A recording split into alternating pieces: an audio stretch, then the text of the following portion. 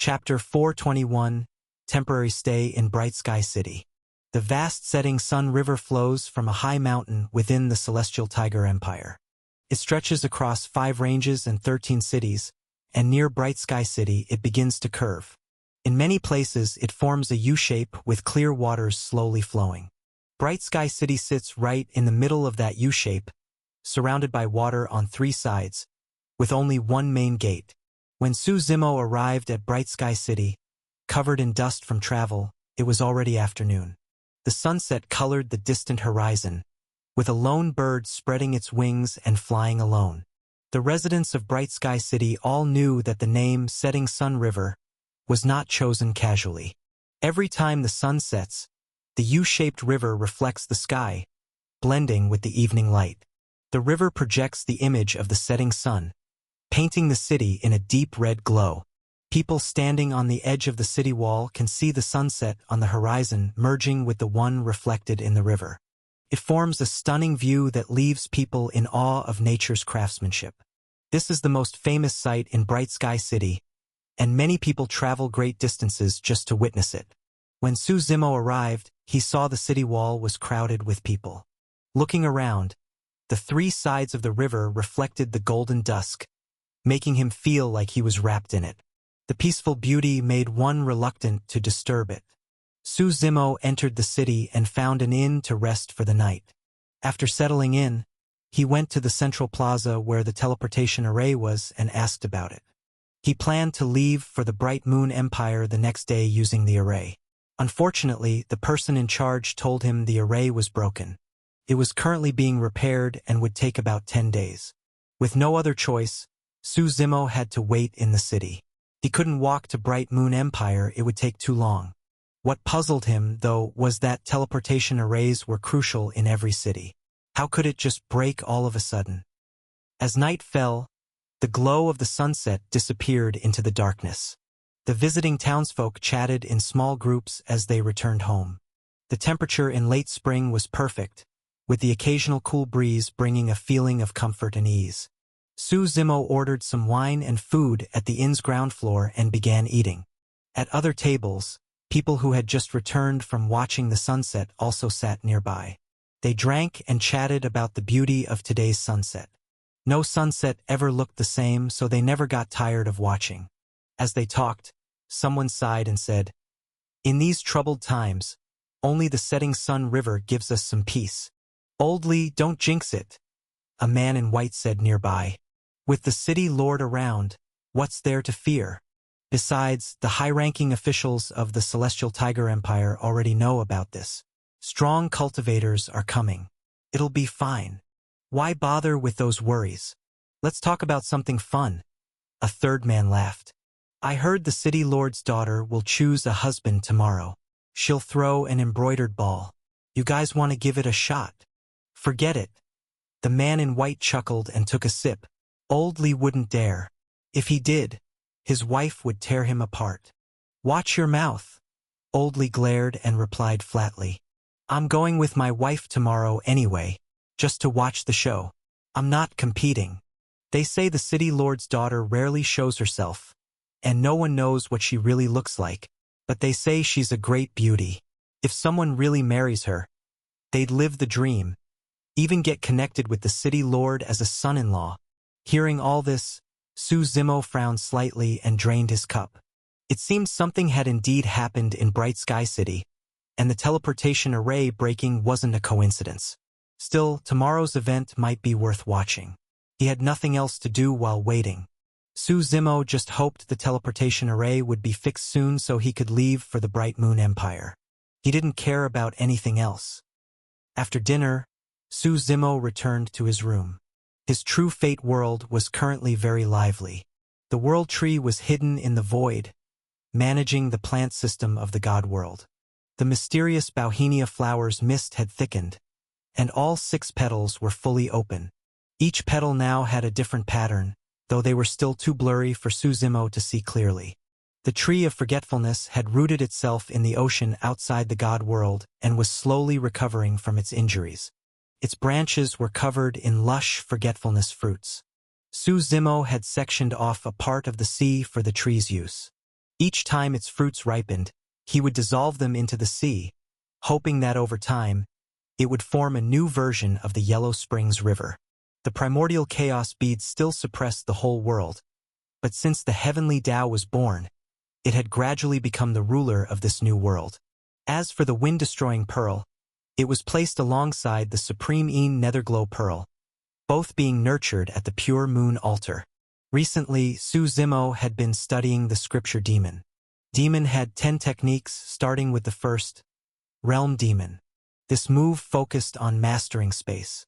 It involved pushing spatial manipulation to the limit, things like teleportation, space freezing, and dimensional space.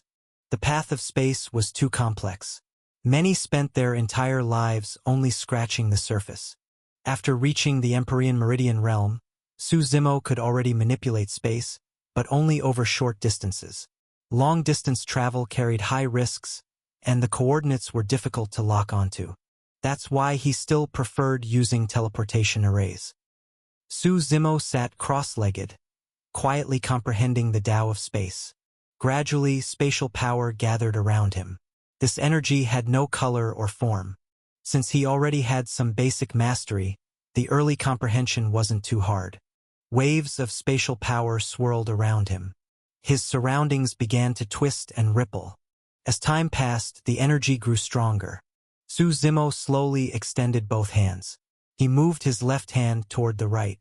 Though they seemed close, when they met, they passed through layers of space. They could never actually touch.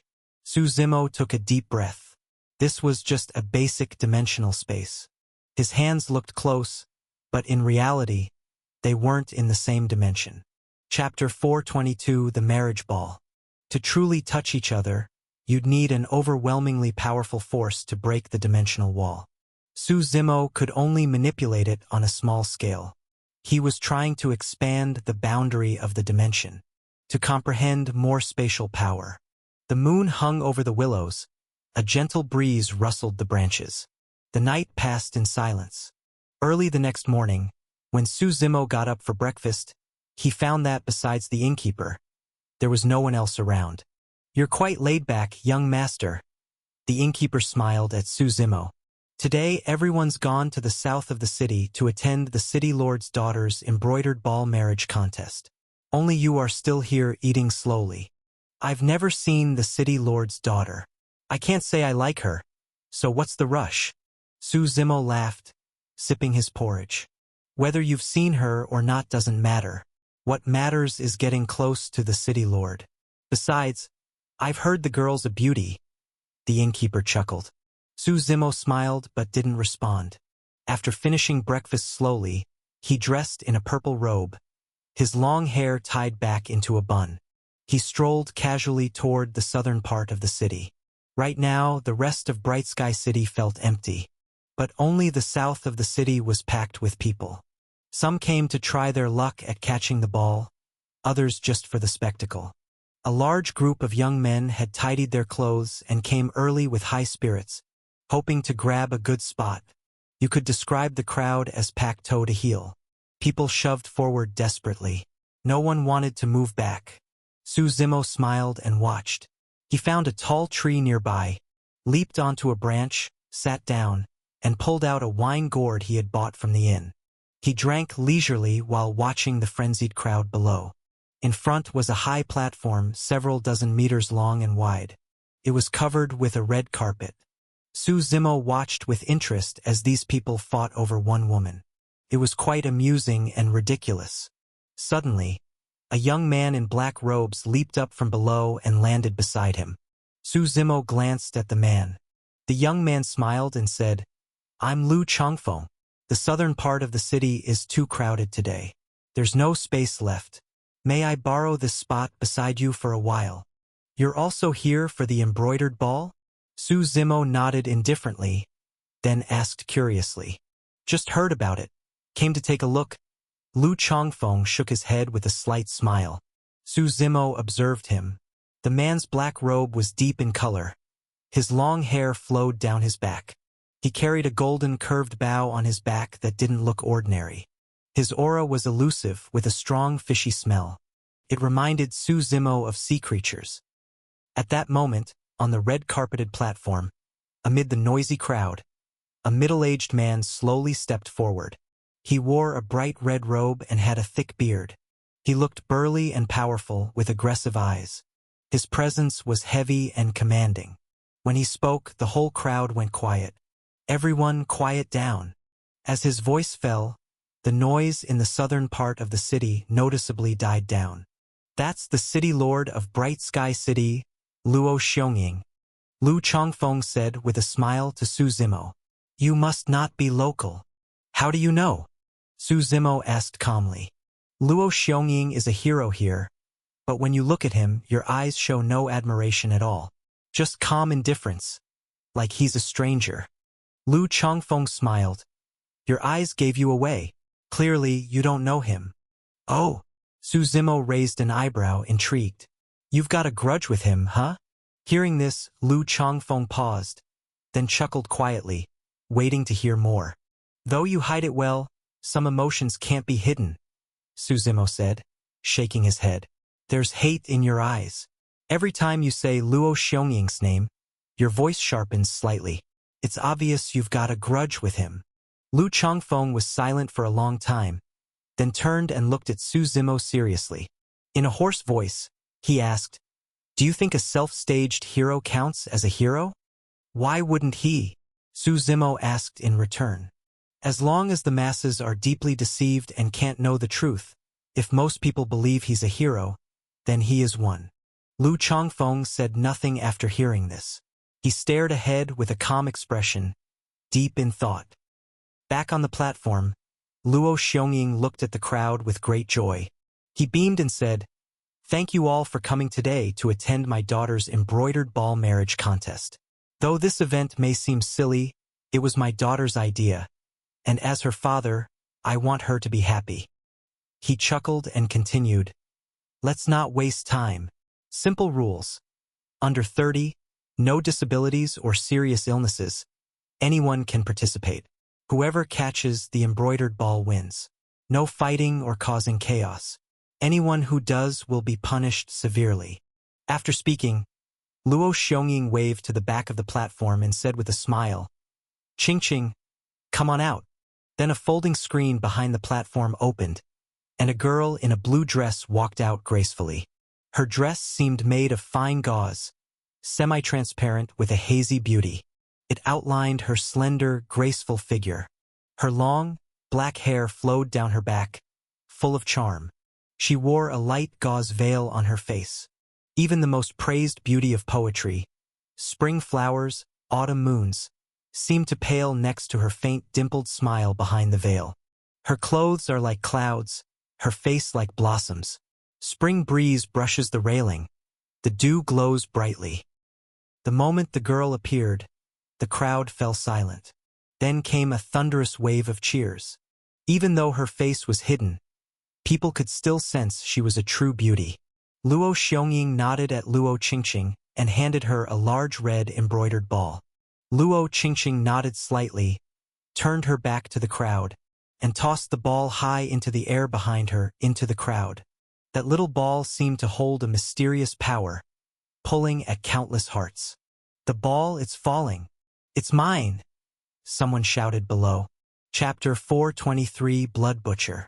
As the small embroidered ball fell from the sky, the entire southern part of the city went into chaos. People frantically pushed toward the direction where the ball was falling. Someone was knocked to the ground, and countless others trampled over him without pausing. The ball is mine. Get out of the way.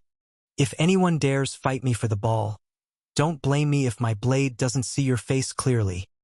The whole south of the city turned into a marketplace riot, countless people pushing, punching, and fighting. The ground was full of wailing, and many were even trampled to death. Finally, when the red embroidered ball landed, a simple-looking young man caught it.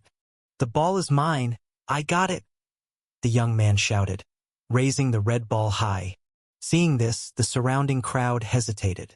They wanted to snatch it back, but the city lord had already warned not to cause chaos, so they didn't dare act recklessly. Friend, how about selling that ball to me? Name your price. Someone beside him asked unwillingly. Not for sale. The young man shook his head with a smile, then squeezed through the crowd and walked toward the red-carpeted platform. Just as he was stepping forward, a figure suddenly darted out from the side and fled into the distance. The crowd didn't even get a clear look at his face before the red embroidered ball was stolen. Whoever gets the ball, it's theirs. Yeah, we've fought so long. Why should he take it so easily? Voices like that began to rise around the square. Once one person broke the rules, the others who were also unwilling to give up began to act without fear. Spurred on by more and more instigators, the previously settled crowd descended once more into chaos. This time it was clearly worse. People drew weapons, fists flew, all for a single red embroidered ball. Su Zimo leaned against the tree and watched it all unfold. He chuckled and said to Lu Changfeng beside him, "Did you recognize any of those people just now?" "Who?" Lu Changfeng frowned. "The one who grabbed the embroidered ball, and the one who first started the chaos," Su Zimo asked casually. Lu Changfeng looked deeply at Su Zimo, then replied flatly, "I don't know them." Su Zimo chuckled and asked, "Have you ever heard a story?" "What story?" "The mantis stalks the cicada, unaware of the oriole behind." "I don't get it."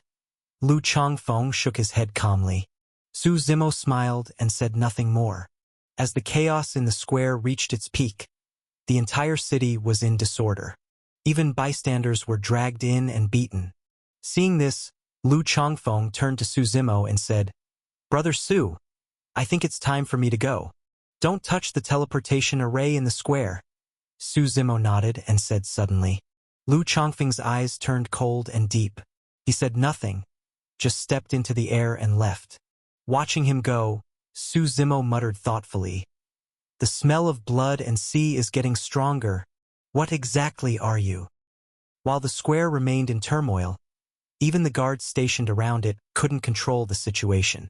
Suddenly, a man covered in blood ran in. "City Lord, the sea serpent race is attacking. The northern gate is about to fall." The man shouted, but the people still fighting for the embroidered ball ignored him completely. On the high platform, Luo Xiongying squinted his eyes and said calmly, "I already know." Just as he spoke, a loud explosion came from the north. Immediately after, loud booms echoed from the east, west, and south simultaneously. These explosions finally snapped the townspeople out of their madness. They looked up in shock. Roaring floodwaters crashed from all directions. Luo Xiongying. "Today is the day Bright Sky City falls." A voice roared from the horizon. All around Bright Sky City, massive tidal waves rose into the sky. The sky darkened, clouds gathered above. Raindrops began to fall, light and steady like a mist. The waves towered 100 meters high, completely surrounding the city. Gale-force winds howled. The storm churned the sea into violent waves, forming a fierce tempest in the sky. On top of each monstrous wave stood countless figures, all of them sea serpents. Each serpent was over 100 meters long, with black and white striped skin like a zebra. Their heads were oval-shaped, and their scales sparkled brightly in the crashing waves. Each wave carried dozens of these serpents. Their forked tongues flicked out, and their green eyes glowed eerily. Every time they slapped their tails against the water, they sent out new waves. Thunderous booms mixed with monstrous roars echoed in the air. "Luo Xiongying, come out and die!" a voice shouted nearby. A figure stepped into the air and hovered in front of the sea serpents. He wore black robes. It was Lu Changfeng. He was the king of these sea serpents. Luo Xiongying radiated the power of the Imperial Meridian realm. He looked around without panic. But the people below were stunned. "The sea serpent race has invaded. We're doomed. Everyone, fight with City Lord Luo. There might still be hope. If we die, let's make them pay." Some people froze in place. Others shouted brave words while hiding wherever they could. "So, you finally come," Luo Xiongying said to Lu Changfeng with a faint smile. "Your sea serpent race must be desperate, sending a little brat like you." "What do you mean?" Lu Changfeng frowned. sensing that Luo Xiongying had expected this. I was hoping to catch some bigger fish, but what a shame. Luo Xiongying shook his head slightly, then turned to the air beside him and spoke respectfully. Elder One, I'll trouble you. As he finished speaking, ripples spread through the air. The space split open, and an old man in blue robes stepped out slowly. Though no powerful aura radiated from him, the moment he appeared, the whole world fell silent. Who are you? Lu Changfeng frowned. He had a bad feeling deep in his heart. Wen Changgong, you can also call me the Blood Butcher. The old man in blue chuckled lightly. His eyes were very small, and when he smiled, they nearly disappeared. Chapter 424 Flooding Bright Sky City. Hawk-like eyes and a hooked nose, with a patch on his face that looked either like a scar or a birthmark. It was extremely disgusting. All the hair on his head had fallen out, leaving a bald scalp, and his thin figure was wrapped in a large robe. Blood Butcher Wen Liangong. Lu Changfeng recalled the name, and his expression slightly changed. A butcher who once rampaged through the northern continent. He was truly cold-blooded and cruel. It was said the number of people he killed could fill the entire Setting Sun River. And most importantly, he was a genuine God Meridian cultivator. He was a rogue cultivator, but because he had too much blood on his hands, the Bright Moon Empire eventually sent people to kill him. Who would have thought that the butcher didn't die and was hiding in Bright Sky City? Lu Changfeng instantly realized that things were not going to end well. According to their estimates, the strongest in Bright Sky City was Luo Xiongying, just an Imperial Meridian stage cultivator. Even if there were Empyrean Meridian cultivators, they could still handle it.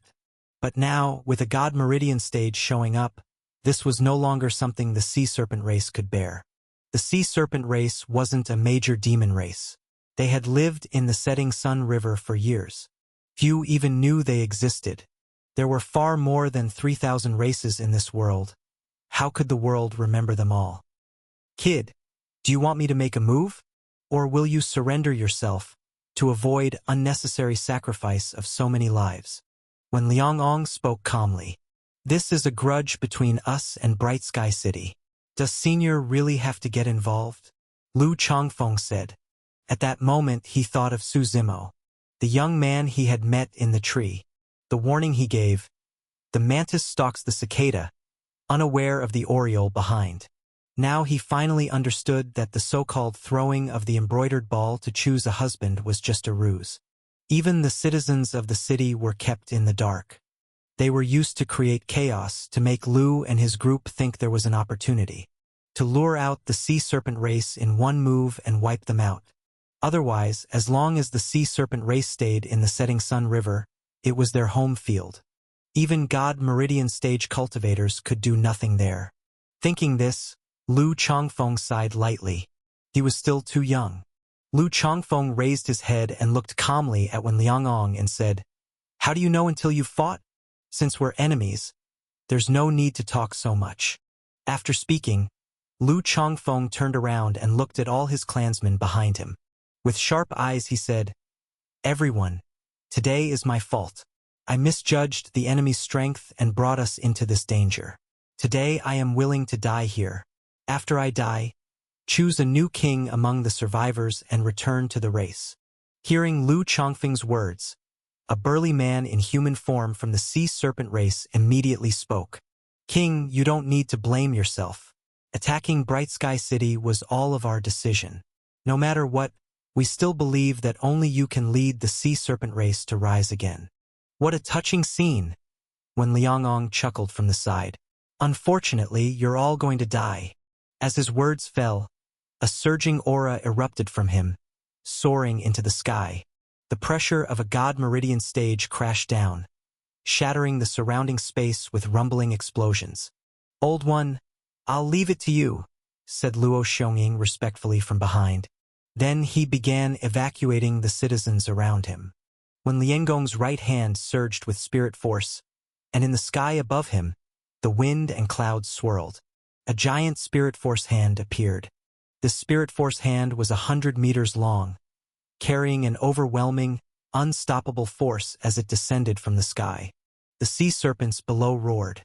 They twisted their massive bodies, trying to resist and break the spirit force hand. The rumbling sound continued across the sky. Towering waves rose and rolled, wave after wave crashing. The sea serpents struggled and screamed in the waves. Blood began to flow, dyeing the waves red. Then, with a loud boom, the giant hand fell from the sky. All the sea serpents beneath it, amid wails, were completely annihilated. Seeing this scene, Lu Changfeng roared in fury. His body began to transform. His entire body grew covered in snake scales, and his human form expanded into a giant snake. Unlike other sea serpents, his body was purple. With a strange deep purple hue, even his pupils were vertical. His body was much larger than the other sea serpents. As he swung his body in rage, the setting sun river outside Bright Sky City began to churn violently. The river surged with storm-like force, forming a water tornado. It surged toward the city. The river water crossed the bridges guarding the city and rushed in. It broke through the city gates and collapsed buildings. In the sky, spirit force swirled violently. All the sea serpents used their innate abilities, controlling the water of the setting sun river. Seeing this scene, when Liangong frowned and shouted angrily, "Beast!" Then, the life image behind him bled. What appeared was a skull filled with slaughter and the wails of the masses. This skull gave an immediate sense of endless evil, as if it had been nurtured with blood. Demonic, murderous, sinful. These were the only words to describe it. The skull's eyes glowed red. At that moment, with the skull's appearance, the surrounding space twisted inexplicably. Half the sky turned a purplish red. A strange, deep purplish red. The skull moved. The people below didn't even see its movement. It simply disappeared, and with the screams of sea serpents, people realized it had vanished. When everyone came to their senses and looked aside, they saw the skull floating mid-air. Behind it were hundreds of dead sea serpents. It was holding a large purple sea serpent in its hand. That was Lu Changfeng. The scene was utterly shocking. The entire sky was deep purple. Behind the skull was a mountain of corpses. The skull coldly held Lu Changfeng by the neck beneath the sky, and roaring floods gushed out from 3 city gates. "I was going to play with you longer, but sadly, you didn't let me enjoy it," Wen Liangong said with a faint smile. And at that moment, at the bottom, Su Zimo looked at the scene with indifferent eyes, and finally turned away, heading back to the inn. "Tell me where your sea serpent race is hiding, and I might consider letting you go," Wen Liangong said coldly, looking at Lu Changfeng. "The blood butcher letting an enemy live? You think I'd believe that?" Lu Changfeng said with a bitter smile. Chapter 425 Lu Changfeng's Escape. "Do you have any other choice?" Wen Liangong said calmly. "Even if you kill me, I won't tell you anything," Lu Changfeng replied with a calm gaze. Wen Liangong clearly didn't have much patience. He controlled the skull and slammed its large hand down hard. "Then go die!" he shouted. As the skull's bone claw came down, it was incredibly sharp, tearing apart the surrounding space. At that moment, a figure suddenly leapt from the side. "My king, run!" That figure blocked in front of Lu Changfeng and was pierced through the chest by the skull's claw. Blood scattered in the air. Right after, more and more sea serpents leapt forward, clearing a path for Lu Changfeng. "My king, run! As long as you live, we still have hope." Amid the howls of the sea serpents, the waves around surged violently. The evil skull cut through them like cutting grass. Countless sea serpents died miserably under its feet. Seeing this, Lu Changfeng's eyes widened in rage. He let out a furious roar and transformed into a purple sea serpent. Mist began to rise from his originally purple skin. Within the mist, spirit force surged, and rumbling sounds came from deep within the space. Then the mist enveloped the area. Lu Changfeng's figure gradually disappeared into the purple mist. Just before vanishing, he cast a sorrowful and deeply hateful look at Wen Liangong. When Liangong frowned, the skull immediately flew after him, trying to kill Lu Changfeng. But the mist was strange. Once the skull entered, it couldn't sense anything. Then the mist started to spread further. Old One, what is that? Luo Xiongying flew over and asked, looking at the purple mist with confusion. This sea serpent must be a mutation. That was its mutated innate ability just now. If I'm not mistaken, this purple mist can block all senses. When Liangong said after some thought. Luo Xiongying looked anxious and quickly said, Old One, we can't let it escape. If weeds aren't cleared completely, they'll grow again in spring. The Sea Serpent clan in the Sunset River is already a huge threat. We finally lured them out. We can't let it all go to waste. Don't worry, it can't escape. When Liangong snorted coldly, speaking with a calm gaze, the mist has a limited range. It won't get out of the city. Have your men close the gates. No one goes in or out. Then search the entire city. Dig 3 feet deep if you have to, but find it. I'll leave it to you, Old One, Luo Xiongying said with a smile. Don't forget what you promised me. When Liangong looked at Luo Xiongying and said with a warning tone, I understand, absolutely. Luo Xiongying nodded quickly. The purple mist stopped spreading when it reached the center of the south gate. Clearly, this was Lu Chongfeng's limit. Luo Xiongying then ordered people to guard all 4 city gates, sealing the city and forbidding entry or exit. A massive search began within the city. Blood Butcher Wen Liangong remained stationed in the sky above Bright Sky City, overseeing everything. Any disturbance in the city would immediately be noticed by him. As night gradually fell, due to the day's events, many people didn't dare stay outside. As soon as it got dark, they returned to their homes. A bright full moon hung in the sky. In the dark corners, insects chirped. Compared to the deserted streets, the city's taverns were lively. Besides a few who came to eat, most were idle folks gossiping about news from all over the land. So much had happened in Bright Sky City today that more people than usual came to chat. Su Zimo, like always, ordered a pot of wine and some simple food. He found a window seat and listened to the conversations around him. Our city lord is ruthless, using his own daughter as bait. It's funny how we were so foolish, thinking the city lord was really holding a contest to choose a husband. Whatever, none of us got the ball anyway. The one who actually caught it must be the most heartbroken. Turns out it was all a show. Why would the Sea Serpent race attack our Bright Sky City? We didn't provoke them. Now they're paying the price. Keep your voice down. I heard some sea serpents are still hiding in the city. The city lord is conducting a full search. You better be careful. Listening to the chatter, Su Zimo found it mildly entertaining. The Sea Serpent race, Bright Sky City, none of it mattered to him. He just wanted to wait for the teleportation array to be repaired and head to the Bright Moon Empire. After finishing his wine, Su Zimo slowly returned to his room. In the darkness, as he opened the door, he immediately sensed something was off. There was the smell of blood, mixed with a strong fishy odor. He walked into the room and closed the door behind him. Then he lit the room's lamp. As the room brightened, he saw a blood-covered figure lying on the floor. The person was soaked in blood, and it kept pouring out of him. His body trembled slightly. The smell of blood was intense. Su Zimo frowned as he looked at the scene before him. The person's face was so stained with blood it was unrecognizable. But Su Zimo remembered the aura. It was the same black-robed young man he had met in the tree today. He seemed to be called Lu Chongfeng. Sea Serpent race, Su Zimo muttered under his breath. He had guessed the person wasn't human back then, but didn't think much of it. He examined him and saw that the injuries were severe. Though the man had a high cultivation level, recovering on his own would be difficult. His life image had been seriously damaged, and without its help, recovery would be hard. Su Zimo thought for a moment.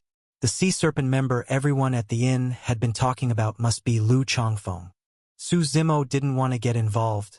This had nothing to do with him.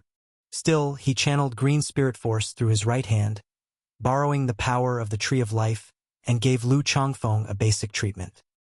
Lu Chongfeng slowly opened his eyes. His head throbbed as if it would explode. His whole body was weak, even slight movement was difficult. He had never been so seriously injured in his life. The view before him was blurry, but he could tell he was leaning against a chair. It was quiet around him, so it seemed he hadn't been caught by the city lord's men. At that thought, he finally let out a breath. His blurry vision gradually cleared. Chapter 426. Tonight, the blade will not sleep. This was an inn. He looked up at the ceiling and caught a glimpse of a shadow beside him from the corner of his eye. If you can walk, then leave as soon as possible. A voice suddenly sounded from nearby. Lu Chongfeng remembered it clearly. It was the voice of the young man he met in the tree earlier that day. So he had come to the right place. "Brother Su," he chuckled softly. The smile pulled at the muscles on his face, making him wince in pain. He began to slowly gather his spiritual energy to treat his wounds. As for the damage to his life image, that wasn't something that could heal quickly, so he left it aside for now. After about 10 minutes, Lu Chongfeng opened his eyes. His pupils appeared vertical, and he exhaled a long breath of white air. At this moment, he could move his body a little. He quickly stood up and bowed deeply to Su Zimo. Sincerely, he said, "Thank you, Brother Su, for saving my life. I didn't save you out of kindness. I just didn't want you dying in my room and causing me trouble," Su Zimo replied calmly. "No matter what, I'll always remember this life-saving favor," Lu Chongfeng replied seriously. "How did you find me?" Su Zimo asked. "I could smell your scent, Brother Su. I followed it here," Lu Chongfeng said. "You're really bold. Aren't you afraid I'd turn you in to the city lord?" Su Zimo asked. "I am afraid. But in this city, you're the only one I know," Lu Chongfeng replied. "So I had to take a chance. Luckily, I wasn't wrong about you." "All right, enough with the emotional talk. We're not that close. I just don't like dealing with trouble. Since you can walk, leave quickly," Su Zimo said calmly. "Brother Su, could I ask you for a favor?" Lu Chongfeng asked hurriedly. "No," Su Zimo replied without hesitation, waving his hand. "If you're willing to help me escape Bright Sky City, our sea serpent race will agree to any request you have," Lu Chongfeng said, unwilling to give up. "Sounds nice, but your sea serpent race doesn't interest me." Su Zimo shook his head slightly. "Then what do you want, Brother Su?" "As long as I have it, I'll give it to you," Lu Chongfeng said quickly. "I want the Supreme Yang solar illumination." "You got that," Su Zimo replied casually, half joking. Hearing this, Lu Chongfeng suddenly fell silent. After a long pause, he nodded and said, "I do." Su Zimo was momentarily stunned. In that moment, Lu Chongfeng suddenly felt an overwhelming aura radiate from Su Zimo. Under that aura, Lu Chongfeng felt like a lone boat drifting in a vast ocean. He had no power to resist. "Do you even know what the Supreme Yang solar illumination is?" Su Zimo asked calmly. Who in the primordial heartlands doesn't know the story of the Supreme Yang solar illumination and the Supreme Yin netherglow? Lu Chongfeng responded. "Do you understand what you're saying?" Su Zimo stared into Lu Chongfeng's eyes and asked seriously. "To be honest, I'm not sure if it's the real Supreme Yang solar illumination. But our ancestors predicted that the object is related to it," Lu Chongfeng replied. "It's been kept in our race for years, and we've never figured it out. If you want it, I don't mind giving it to you. But you have to help me return to the sea serpent race." "You have no idea what happens if you lie to me?" Su Zimo said, turning to look at Lu Chongfeng. "Trust me, it's something you don't want to find out." "I'm not lying," Lu Chongfeng replied. "That object is definitely connected to the Supreme Yang solar illumination." Su Zimo nodded slightly and walked to the door. "Where are you going?" "To the sea serpent race." At the stairway on the second floor, Lu Chongfeng quickly grabbed Su Zimo, panicking. "Hey, are you crazy? They're hunting me everywhere out there. If we walk out now, we'll be caught before even leaving the inn. If you trust me, just follow. I'll make sure you're fine," Su Zimo said calmly. Watching Su Zimo's back as he went downstairs, Lu Chongfeng hesitated for a moment, then gritted his teeth and followed. The street outside the inn was a bit quiet, though from time to time, guards from the city lord's mansion passed by. They searched every dark corner. Su Zimo and Lu Chongfeng had just stepped into the street when they were blocked by a group of patrolling guards. "Stop! What are you doing out here?" the lead guard asked, eyeing the two men. "Leaving the city," Su Zimo replied flatly. "The gates are sealed. No one is allowed to leave." "Let me check you," the guard said irritably, reaching for Su Zimo. "So noisy," Su Zimo snorted coldly. In the silent darkness, two sharp, clang sounds rang out. A dazzling blade light flashed through the air. Blood sprayed in the night. Lu Chongfeng looked to the side and saw that, at some point, the entire group of guards had collapsed in a pool of blood. "You're forcing your way out?" Lu Chongfeng immediately realized and shouted. "What's so fun about dealing with ants?" Su Zimo looked up, holding Shadow Tyrant, and walked step by step toward the city gate. His aura grew stronger with every step he took. Black demonic energy flowed around his body and along the edge of Shadow Tyrant. The blade trembled slightly, as if eager for battle and slaughter. Su Zimo's footsteps were light, like a gentle breeze passing by. On both sides of the road, tall trees stood lush and green. As the two of them walked toward the city gate, shouting could be heard behind them. "Someone's been killed on Central Street. The sea serpent race is here." Dark clouds had unknowingly covered the half-moon in the sky. The night grew darker. Su Zimo looked up at the heavy city gate in front of him, and at the rows of guards surrounding him on all sides. He smiled faintly. "Tonight, the blade will not sleep." Blood Butcher Wen Liangong, accompanied by Luo Xiongying, slowly descended from above. With a faint laugh, he said, "So, you had a partner after all." Su Zimo looked up and grinned at Wen Liangong. "You want to die? Take him down, dead or alive," Wen Liangong ordered with a frown. As his words fell, all the surrounding guards charged at Su Zimo and Lu Chongfeng. Shouts filled the air, deafening like thunder. The noise surged like a wave, seemingly unstoppable. Su Zimo slowly raised his head. In that moment, pale blue arcs of electricity flashed in his eyes. A terrifying power seemed to lurk deep in his gaze. As thunder cracked, it felt like the very space in front of him shattered and collapsed. Chapter 427, Journey to the Sea Serpent Race. A powerful pressure spread out from Su Zimo's eyes. The pressure was incredibly domineering. In his pupils, a storm of thunderclouds raged, and crackling sounds echoed faintly. Faint purple arcs of lightning flickered. Finally, when everything reached a critical point, Su Zimo's aura erupted with a loud boom. His eyes were filled with dazzling brilliance. Two purple bolts of lightning shot out like a raging torrent, unstoppable and destructive. These thunderbolts carried world-shattering power. This was the first-level attack of the heavenly tribulation god eyes. 9 Heavens Thunder.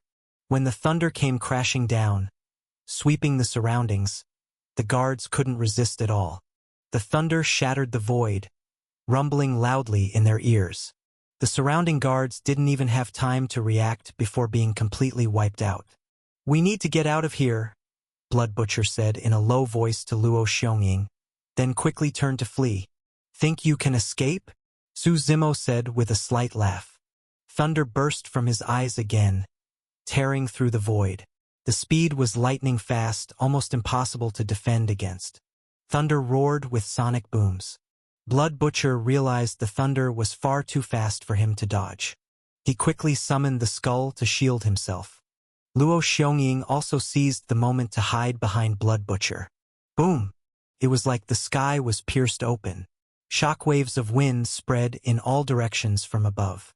Cracking sounds echoed as space began to split apart. Once things calmed down, the skull had been shattered into dust. Blood Butcher and Luo Xiongying were both half-kneeling on the ground, with blood all over the floor. Su Zimo released his immortal suppression chain, tied the two up, and slammed them heavily to the ground. "I'm the City Lord of Bright Sky City. How could you help these beasts?" Luo Xiongying shouted at Su Zimo. "Do you want to go against the Celestial Tiger Empire?" You're still talking tough? Su Zimo stomped on his chest. Luo Xiongying screamed in pain, spat out a mouthful of blood, and his face turned extremely pale. What do you want? Blood Butcher remained calm and looked at Su Zimo. There's no grudge between us, right? Whatever it is you want, just name it. Too bad. What I want isn't something you can give. Su Zimo shook his head. Then he turned to Lu Chongfeng and said, They're yours to deal with. Lu Chongfeng paused, then looked at Su Zimo gratefully and nodded heavily. He walked up to the two men, his expression unreadable, full of mixed emotions. But above all, there was hatred and rage. Let me go, and from now on, Bright Sky City and the Sea Serpent race will never interfere with each other, Blood Butcher said to Lu Chongfeng. Yes. Otherwise, even if you kill me, the Empire will just send another city lord. Your Sea Serpent race will still be a target, Luo Xiongying added quickly. If I don't kill you, how can I face the clansmen who died? Lu Chongfeng asked coldly. Su Zimo didn't pay attention to what was happening behind him. He turned and calmly walked toward the city gate. Soon after, in the distance behind him, inhuman screams echoed. The cries came one after another, chilling to the bone. It was hard to imagine how much pain the owners of those screams were suffering. At the city gate, Su Zimo didn't wait long before Lu Chongfeng slowly came out. His expression was heavy, and he didn't say a word. Is it done? Su Zimo asked. Lu Chongfeng nodded. After a long silence, he looked at Su Zimo and said, What's the point of killing them? It doesn't bring back my people. It feels meaningless. At least you got revenge, Su Zimo said flatly. Thank you. Lu Chongfeng nodded slightly. No need. We each had our reasons, Su Zimo replied. The two continued speaking as they walked toward the setting Sun River. Under Lu Chongfeng's guidance, they followed the river upstream. The sky gradually brightened, and light appeared in the east. The morning air was fresh, with a chilly breeze blowing from time to time. On the way, both men were quiet. Su Zimo had nothing to say, while Lu Chongfeng seemed to still be grieving his race's loss. Did you know? Our Sea Serpent race used to live peacefully in this river. After a long while, Lu Chongfeng finally looked up at Su Zimo. He spoke lightly, as if he were telling a story or confiding in Su Zimo. Everything changed after that man named Luo Xiongying became the city lord. This river wasn't originally called Setting Sun River, it was just an ordinary river. But he wanted to make Bright Sky City famous and earn credit from the Empire. So he secretly developed a type of powder that could project illusions. At sunset, he would use Spirit Force to project the space and combine it with that illusion powder. That's how the so-called Setting Sun River spectacle was created. Su Zimo listened quietly and nodded without interrupting. Lu Chongfeng paused again, then continued. Our nightmare began with that. The powder is highly toxic. It polluted the entire river, making it uninhabitable.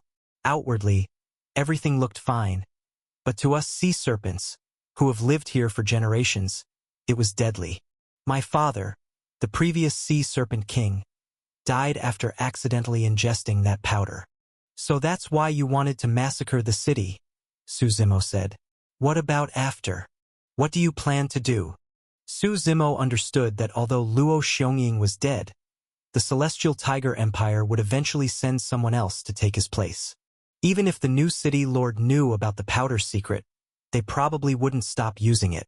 After all, it was the spectacle of the setting Sun River that made Bright Sky City known. Otherwise, in a world filled with countless cities, who would care about one nameless place? I don't know yet. I'll discuss it with the remaining clansmen. Lu Chongfeng shook his head. As they spoke, the sky became fully bright. Lu Chongfeng led Su Zimo to a specific spot upstream. A large tree grew by the riverbank, and the river wasn't particularly fast. This is the place? Lu Chongfeng said as he placed his right hand on the tree's trunk. After a moment of silence, a beam of light shot from the tree into the river. The water began to ripple, and the sound of flowing water echoed all around. Chapter 428, Relic of Supreme Yang Solar Illumination. In the center of the river, a faintly swirling vortex appeared. The vortex spun clockwise. No wonder no one could find your sea serpent race. Your entrance is well hidden, Suzimo said with a light laugh. That tree just now, if he wasn't mistaken, had a special bloodline detecting function. Only sea serpent race members could open this gate. If others tried, it would trigger an alert. Following Lu Changfeng, Suzimo jumped into the vortex. He felt a spinning sensation as everything turned upside down. When his feet landed, he began observing his surroundings. It was a tunnel sealed off from the river water. The tunnel was lined with luminous night pearls. On both sides, reflected in the blue water, colorful fish occasionally swam by, making the view quite beautiful. Following Lu Changfeng through the tunnel, a palace appeared in the distance. It was fairly large but simply decorated. Suzimo's vision opened up. All around, various sea serpents of different colors and sizes swam freely. Some were in their original forms, some had transformed into humanoid shapes. A black palace sat in the center of these buildings. As Lu Changfeng walked by, many clan members greeted him respectfully. As the two approached the palace gates, a large group rushed over from the distance. "My king, are you all right?" The leaders of this group were 3 elders. All 3 had gray-white beards and wore black robes. Their outfits looked quite unusual. 3 clan elders. Lu Changfeng greeted them respectfully. "I heard you were trapped in Bright Sky City. We were about to send someone to rescue you," the first elder said quickly. "Why did you return alone? Where are the others?" the second elder asked. They're all dead." Lu Changfeng paused, then said sadly, "How could this be? Is Bright Sky City really that powerful?" "Elders, we can talk about that later. Let me introduce someone first." Lu Changfeng pointed to Suzimo. "This is Brother Su. If it weren't for him, I wouldn't have made it back." The 3 elders looked at Suzimo in surprise, then gave a brief greeting. Their attitude was rather cold. In their minds, Suzimo was just a young man who happened to be lucky enough to save Lu Changfeng. Not worth paying much attention to. Seeing their attitude, Lu Changfeng felt uneasy but said nothing more. The third elder suddenly spoke. "My king, what should we do now? If there's no other option, we might as well surrender to the Celestial Tiger Empire and have them protect our land." "You think the Celestial Tiger Empire will care about us?" Lu Changfeng shot back. "Enough. You can deal with your internal matters later. Settle my issue first," Suzimo said calmly from the side. The 3 elders glanced at Suzimo, visibly displeased. "Brother Su, come with me. I'll take you to retrieve it now," Lu Changfeng quickly responded. "My king, what did you promise him?" the first elder asked curiously. "He saved me. I'll give him the treasure cloth from the hidden vault as a reward," Lu Changfeng replied. "That won't do. That treasure cloth is a relic left by our ancestors. Contains great secrets. We can't just give it away to an outsider," the second elder said quickly. "This is my decision. It's not for you to interfere," Lu Changfeng said, glancing at Suzimo. Seeing that Suzimo didn't get angry, he let out a sigh of relief. The third elder frowned, his face stern as he looked at Suzimo. With a sharp voice, he said, "Young Master Su, perhaps we could exchange it for something else. We are truly grateful for saving our king. But the treasure cloth is an ancestral relic. We cannot hand it over so easily." Suzimo raised his head and looked at the third elder coldly. Before anyone could react, he moved at a speed faster than the eye could see. He grabbed the elder by the neck and lifted him off the ground. "What are you doing?" the first elder shouted. Crack! Before he finished speaking, the third elder's head was twisted off like a ball and rolled to the floor. Everyone around was shocked, frozen in fear, cold sweat covering their foreheads. "Do you all want your race to be wiped out?" Suzimo asked calmly, sweeping his gaze across the crowd. Lu Changfeng quickly stepped forward and said, "Brother Su, this is all a misunderstanding. Please don't be angry. I'll take you to the vault right now." Watching Suzimo and Lu Changfeng walk away, The other two elders took a deep breath and tried to calm themselves. They looked at the third elder's corpse. He was truly dead. And Su Zimo's speed just now was far beyond what they could perceive. "Looks like your authority as king isn't quite there yet," Su Zimo said casually as they walked. "The three elders are highly respected and have many loyal followers in the clan. When my father was alive, he could still suppress them. But after his death, and with me just taking over, many don't accept my leadership." Lu Chongfeng replied with a bitter smile. "Tell me about the treasure cloth," Su Zimo said. "I don't know much. It's mostly from stories passed down in the clan," Lu Chongfeng replied. "Our sea serpent race has lived here for generations. It's said that in ancient times, our ancestors witnessed a great change in the world. One day, the sun split into two, and the weather became scorching hot. Many creatures died from the drought during that time. Then one day, one of the suns suddenly fell from the sky. Our ancestor tried to chase it, but it fell too fast and disappeared in just a few breaths. Luckily, he found a piece of treasure cloth that had fallen from the sun." "Treasure cloth," Su Zimo muttered. "Yes. Later, our ancestor did a lot of research and read countless ancient records. He began to suspect that the sun was actually the legendary Supreme Yang solar illumination," Lu Chongfeng said. "Our ancestor spent the rest of his life obsessed with the treasure cloth. He studied it endlessly but never discovered anything. Before he died, he left a final message. Whoever can understand the treasure cloth secret will lead the sea serpent race to greatness. Because of this, many generations after him spent their lives studying the cloth. But all of them failed. Eventually, we had no choice but to seal it away." Chapter 429, Phoenix Perch Empire. "I don't know what use this treasure cloth has either, so it's up to you to explore," Lu Chongfeng said. Su Zimo nodded slightly.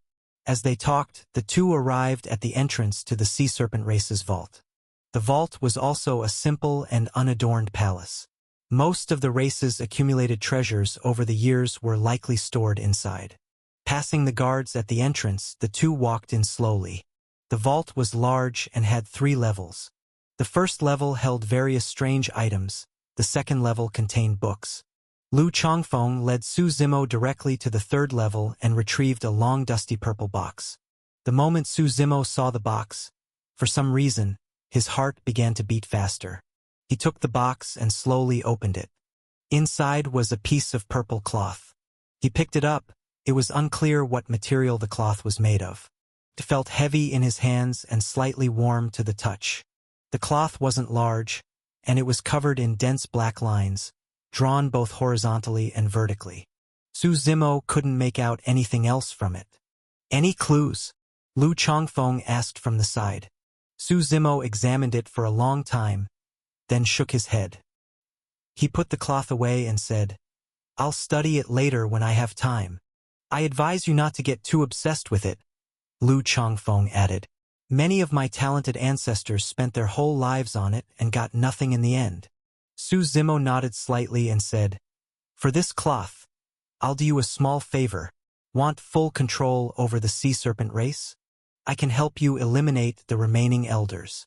"Thank you," Lu Chongfeng said sincerely. "But they still care about the race.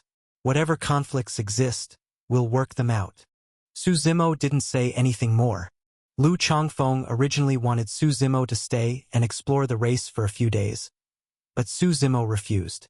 After leaving the sea serpent race, he headed straight back to Bright Sky City to see whether the teleportation array had been repaired.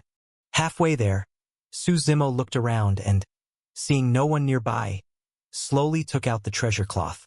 Then he retrieved a black-purple stone from his True Fate world. The stone was glowing faintly, something Su Zimo had never seen before. This stone was one he had acquired in the city of Fireflow in the Holy Flower region, after a reaction from the Supreme Netherglow. It had been dormant ever since, but now, with the treasure cloth, Su Zimo sensed a connection between the two. He had already noticed something strange when he was still at the sea serpent race, but didn't bring it out because Lu Chongfeng was present. Now, as he brought the stone and the cloth into contact, the stone began to tremble, glowing intensely before transforming into a stream of light. This light shot into the sky, dyeing the heavens above black-purple. A vast, torrential light poured down like a waterfall and flowed entirely into the treasure cloth. Next, the cloth began to shine with radiant brilliance. To Su Zimo's surprise, the horizontal and vertical lines on the cloth started to rearrange themselves. Eventually, they formed a map. He looked at it closely. It was a miniature, simplified map of the primordial heartlands. What shocked Su Zimo was that the map only showed one landmass. This meant the map was extremely ancient, so old that when it was drawn, the continent hadn't yet split into 5 regions as it had today. The thought deeply unsettled him. Red lines marked paths on the map, as if guiding him somewhere. The red trail ended at a specific point. If this map is related to the Supreme Yang solar illumination, then that endpoint must be where it is, Su Zimo speculated. He studied the map carefully. Since the layout was very different from the current continent, he had to compare it piece by piece. Eventually, he realized the map's endpoint wasn't on any of the 5 regions. Instead, it was located in a hidden area within the endless sky sea. Su Zimo didn't know if the location had shifted over time, but once he finished his business in the northern continent, he would head there immediately. He carefully stored the map in his True Fate world. Then he arrived in Bright Sky City. In one night, so many people had died in Bright Sky City that it caused a small uproar within the Celestial Tiger Empire. The Empire quickly sent people to take control of the now chaotic city. An investigation into the incident was also launched. By the time Su Zimo arrived, a new city lord had already taken over. Order had been restored. Su Zimo guessed that the teleportation array must have been repaired. The new city lord likely used it to arrive, otherwise he couldn't have gotten there so fast. The Sea Serpent race had destroyed the formation earlier to prevent interference from the Celestial Tiger Empire. Now, things went smoothly as Su Zimo entered the city. He paid the required fee and used the teleportation array to head toward the Bright Moon Empire. Among the 36 empires, the Bright Moon Empire ranked near the top. After another journey through space and time, Su Zimo arrived in Violet Moon City of the Bright Moon Empire. Violet Moon City was one of the more prosperous major cities in the empire. The empire itself was ruled by the Shadow Moon race. Su Zimo didn't linger. He immediately used another teleportation array to head to the Phoenix Perch Empire. As a human empire, the Phoenix Perch Empire had a strong reputation in the northern continent. It was one of the most powerful empires. To the east lay the Bright Moon Empire, to the west the Wild Ox Empire. Phoenix Perch stood as the undisputed overlord of the region. Its territory and overall strength were both among the best. More importantly, ever since Grand Emperor Jin Wu ushered in the Imperial Era, humans had reached their golden era. The consensus among all races was that the human race could not be provoked. It was said that in the lands now ruled by the Phoenix Perch Empire, a great battle once took place. A divine phoenix tore through the void and descended upon the land. It underwent its tribulation here and ascended, its flames scorching the land for years. No grass grew. It was desolate and lifeless. When the empire was finally founded, people named it Phoenix Perch. Phoenix Perch. Tranquil Heaven City was an obscure town under the Phoenix Perch Empire. Among the many cities, it alone had an independent teleportation formation. This puzzled many, and several other cities had opposed it before the empire. But it was useless. The empire gave no explanation. Chapter 430 Phoenix Perch Demon Forest. Su Zimo slowly opened his eyes as the world before him stabilized. He stepped out from the teleportation array. After casually asking around, he found out that he had arrived in Tranquil Heaven City, part of the Phoenix Perch Empire. He walked around the city for a bit and discovered that it was very small, almost the size of a small town. Having traveled for several days through teleportation, Su Zimo was mentally and physically tired. The sky was also beginning to darken, so he decided to rest for the night. He found an inn, ate dinner, and returned to his room to study Demon. Late at night, Tranquil Heaven City was especially quiet. Located on the empire's edge, It had nothing to do with prosperity or bustling commerce. Most of the city's residents had already gone to sleep. In the still darkness, a sudden gust of wind rose outside the city. 3 figures in black and red robes appeared at the city gate. They stood before the gate, silently observing the city for a long time. Finally, the figure in the middle spoke. "Are we sure? This is the place. There's no mistake." The person in the center nodded slightly. "What did the organization say?" "Wipe out the city. The god cult cannot fully reveal itself here yet. Understand?" The man in the middle said calmly. "Then what? Just us 3 to destroy the city. You think they won't be prepared? Just us isn't enough. Then what do we do? Use someone else's hand," the man said, eyes sharp. The Phoenix Perch Demon Forest was a vast expanse of wilderness that stretched across mountains, snowy peaks, and plains. It spanned nearly half of the Phoenix Perch Empire. It was a notorious danger zone. Not only residents of the Phoenix Perch Empire, but even neighboring empires knew this forest was a headache that had never been solved. The forest contained only one kind of creature: demon spirits. They were naturally born spiritual beings, feeding on the spiritual energy of heaven and earth. They were generally gentle and timid, never daring to enter human territories. However, they had a strong sense of territoriality.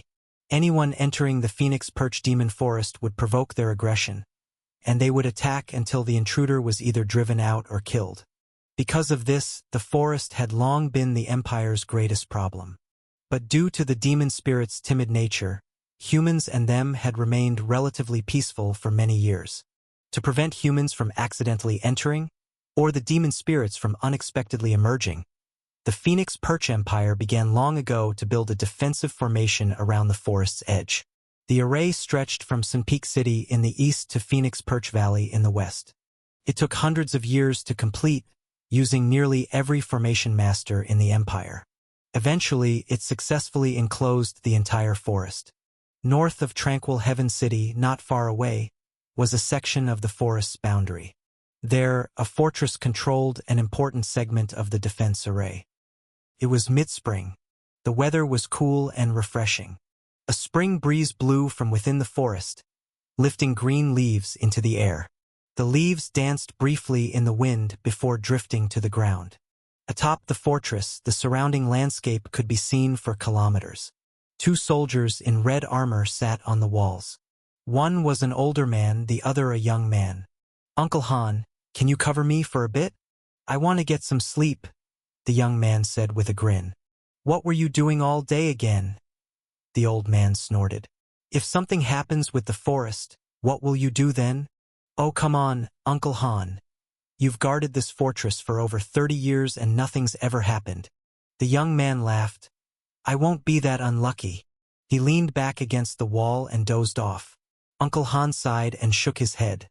The night wind picked up, and the sky grew darker. For those guarding the fortress, the worst weather was heat, heavy rain, or snow. Uncle Han looked at the sky, then stood and gazed toward the Phoenix Perch Demon Forest. He had no idea that several shadows were creeping up behind him. A gust of wind swept past his ears. Before he could turn around, a mass of black mist enveloped him, dissolving and corroding his body completely. The 3 black-robed figures looked at the young man still sleeping nearby. One of them kicked him awake. "Uncle Han, what are you?" the young man began, groggy. But then he saw the 3 black-robed figures standing calmly before him and froze. Who are you?" the young man asked nervously. "Open the defense formation," the figure in the center said coldly. "I can't. I was only assigned to guard this place. I don't have the authority." The young man shook his head quickly. "Then what good are you alive for?" the one on the left said, and brought his hand down. Before the young man could even scream, the black mist corroded him silently. "What now?" the one on the left asked. "Check the formation first." The 3 left the fortress and arrived at the formation's edge. The formation was always active, invisible and intangible. They stood there observing it for a while. Eventually, the one in the center exhaled in relief. He said, "Looks like I was right. Even though the formation is one whole system, it's actually made of many smaller arrays linked together. So we don't need to break the whole thing? Just open a small gap here?" The one beside him asked. "Exactly. You two keep watch. I'll try it." The center figure nodded. About an hour later, the formation began to ripple. The once invisible barrier became visible, like a faint blue dome. The black-robed man took out a bottle of black liquid from his storage ring and poured it on the barrier. Crackling sounds echoed lightly from the array. Soon after, the array corroded and opened a small hole. The man waved at the others to join him. He said seriously, "There are still 3 hours until dawn. We must complete everything before then, or we'll be discovered." "Got it." The other two nodded and entered the Phoenix Perch Demon Forest through the gap. At dawn, the first rays of morning light crept across the horizon. Chapter 431, Seizing the Fortress. For the residents of Tranquil Heaven City, it was just an ordinary day. But just then, a melodious flute sound drifted over from the distance. The sound of the flute seemed to have a special kind of magic, melodious yet low and deep. No one knew who was playing it. Soon after the flute began, a strange rumbling sound followed. At first, the rumble was soft, like the beat of a drum. But as time went on, it grew louder and louder, eventually sounding like thunder crashing down from the sky. Not just the sound, even the ground seemed to tremble and shake. The morning breeze blew gently. For those living in Tranquil Heaven City, life here was far from the imperial capital, slow and peaceful. At this hour, except for a few early risers, most residents were still asleep. But as the outside noise grew louder, no one could continue sleeping, including Suzimo, who walked out of his room to see what was going on. "What's happening out there? Why is it so loud?" "No idea. Sounds like it's coming from the fortress." Others who came out of the inn with Suzimo were all chattering. The fortress? Could something have gone wrong at the Phoenix Perch Demon Forest? Don't talk nonsense. Ever since the defensive formation was built at the fortress, how long has it been since anything happened? Countless citizens went up to the city wall, looking northward. In the north, dust billowed into the sky like rising smoke from flames. Due to the distance, they couldn't see clearly. But at that moment, a few people came running over in panic, seeming to be residents of Tranquil Heaven City. Before anyone on the wall could ask, the panicked people began shouting, "Demon spirits! Demon spirits are attacking! Quick! Notify the city lord! There's no time!" As the shouting continued, panic began to spread throughout the city. Demon spirits, everyone knew what that meant. "No need. I've already been over there." Just as panic was spreading, a man in a green robe stepped out from a nearby building. A few high-ranking officials of Tranquil Heaven City came out with him. They had seemingly just finished a discussion inside. "City Lord Gao." The surrounding citizens quickly greeted the man in green. Gao Zilong's expression was stern, his brows tightly furrowed, worry clearly written on his face. "Everyone, the situation is urgent, so I won't hide anything." Gao Zilong raised his voice and said, "There's a small breach in the fortress's defensive formation. The demon spirits that have always stayed inside the demon forest are now pouring out like mad. Right now, our top priority is to repair that breach and stop the demon spirits from getting through." The people around him immediately started talking among themselves. "City Lord, just tell us what needs to be done. This is our home, we will protect it." "Yeah. Let's band together and kill all those demon spirits." Seeing the people's determination, Gao Zilong seemed to calm a little. He finally laid out the plan. Most of the guards would stay to defend the city. There could be no mistakes here. Gao Zilong would lead the city's cultivators, anyone with meridian power, to the fortress to repair the formation. It was dangerous. They'd have to face the demon spirits head-on. Casualties were expected. After finishing his explanation, Gao Zilong quickly began assigning roles. Suzimo had already planned to check out what the demon spirits looked like. Eventually, once everything was arranged, Su Zimo realized there were actually quite a few cultivators in the city. More than 300 people were heading out to fix the formation. No one dared to delay. After giving final instructions to the city, Gao Zilong led the crowd out. They didn't take the main road. Doing so would mean running directly into the demon spirits.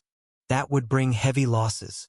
Their goal was only to repair the defensive formation. If successful, the demon spirits would be trapped like fish in a barrel. When the group took a detour and reached the fortress, they were stunned by the scene before them. There were over 1,000 demon spirits gathered here. Even the fortress was covered with them. They were currently destroying the fortress, and more demon spirits were continuously pouring out from the breach. What is going on? Gao Zilong frowned. As far as I know, demon spirits are usually timid as long as you don't invade their territory. Why are they so aggressive now? Are we still going in? Someone beside him asked. Yes, I've already requested help from the Empire. The envoy should arrive soon, said Gao Zilong.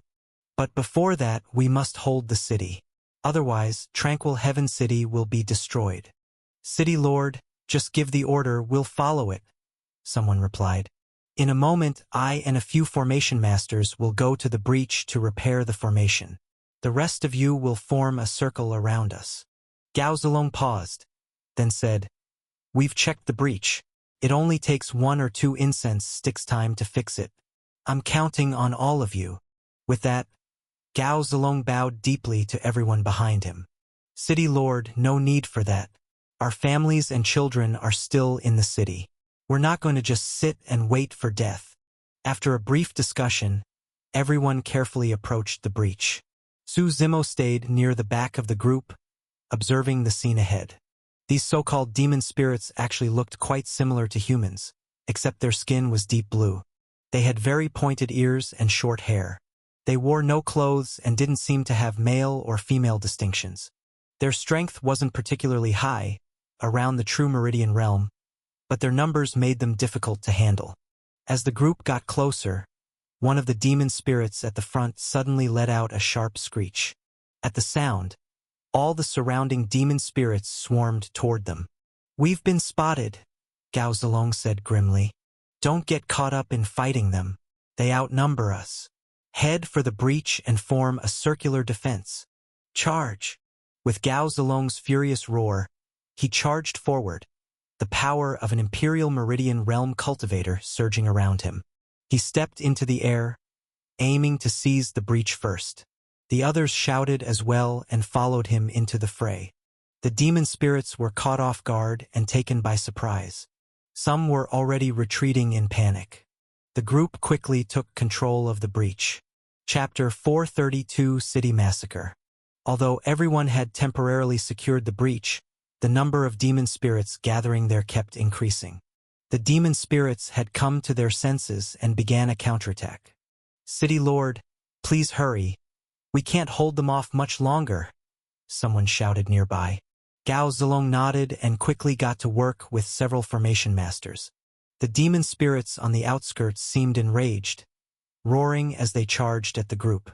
At this moment, whether from outside or the Phoenix Perch Demon Forest, more and more demon spirits were arriving by the minute, forming a tight encirclement like an iron barrel around the people. With both sides engaged in battle, things were starting to get serious. Su Zimo raised his hands slightly, and with a surge of spirit force, a large number of demon spirits were instantly knocked down. He was holding back, but within a few meters around him, no demon spirit could get close. The battle went on for a while and both sides suffered casualties. Just then, a loud roar came from behind. It sounded extremely angry and was deafening. All the nearby demon spirits suddenly stopped attacking, crouching as if showing submission. What's happening? Someone from Tranquil Heaven City asked curiously. As soon as the words were spoken, the demon spirit army in front of them parted, creating a path. A much larger demon spirit walked out. This one was twice the size of a regular demon spirit, and its skin was blood red. Its aura felt far more noble and dominant. What is that? A confused city resident asked. The demon spirit king. Gao Zilong frowned and replied. The Phoenix Perch Empire had dealt with demon spirits for tens of thousands of years, so they knew them well. The Demon Spirit King was a very rare being. Among thousands of demon spirits, there was only one. The chance of encountering one was extremely low, yet they had run into it this time. "Is it strong?" someone asked. "Not just that. Without the Demon Spirit King, the demon army is just a disorganized mob, numerous but chaotic in attack. But the Demon Spirit King can command them and bring out their full power," someone explained. "Then take out the leader first." "How do we do that?" Everyone looked at the Demon Spirit King, surrounded layer after layer by demon spirits, and fell silent. The mood was heavy, until a sudden flash of sword light slashed down from the sky. The sword light was powerful and cut through the silent sky, striking down with a loud boom. Dozens of demon spirits were killed instantly, and a huge crater formed in the ground. Everyone was shocked and looked up. A man in blue robes, holding a long sword, stood in the sky. His aura was overwhelming, and the long sword in his hand hummed softly. Sword energy swirled around him, dancing freely in the air. "Who is that?" "No idea, but it looks like he's here to help us," someone muttered. "Could it be him?" Gao Zilong thought for a moment and suddenly remembered something. He sighed deeply and said, "The Tranquil Prince has not forgotten us." The man in blue looked at the stunned crowd and said calmly, "Hold your positions. I'll handle the Demon Spirit King." Hearing his words, everyone regained some hope. "Thank you, sir, for helping Tranquil Heaven City." They all bowed in gratitude. "Just doing my duty." The blue-robed man shook his head and said no more. He tore through space itself, sword in hand with endless sword energy. A sea of swords following him, charging straight at the Demon Spirit King. Su Zimo took a glance. This man was at the Empyrean Meridian realm. Although the demon spirits were many, none were a match for him. "Looks like Tranquil Heaven City is deeper than it seems," Su Zimo muttered to himself. A small city like this having an Empyrean Meridian expert to protect it, and yet no one knew him, it definitely wasn't simple. But with the blue-robed man chasing the Demon Spirit King, the pressure on the others lightened a lot. Finally, after just over the time it takes for one incense stick to burn, from the breach came the joyful cry of a formation master. "It's repaired! The array is fixed. Then let's fall back," the nearby city residents said urgently. Though everyone had fought desperately to hold off the demon spirits, 2/3 of those who came were already dead. The rest were all injured and wouldn't last much longer. "I'll cover the retreat. You go first." Gao Zilong frowned and shouted, glancing at the wave of demon spirits closing in. No one objected. Everyone fought as they retreated, slowly pulling away from the fortress. The blue-robed man also returned, stepping through the air. There were bloodstains on his clothes, and he threw a severed head to the ground.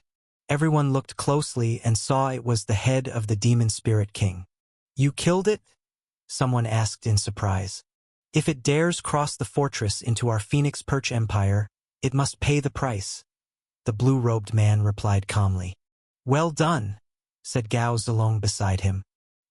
He looked at the man with a slight bow and said, "Thank you, sir. If you hadn't arrived in time and let that Demon Spirit King take command, we would have been wiped out."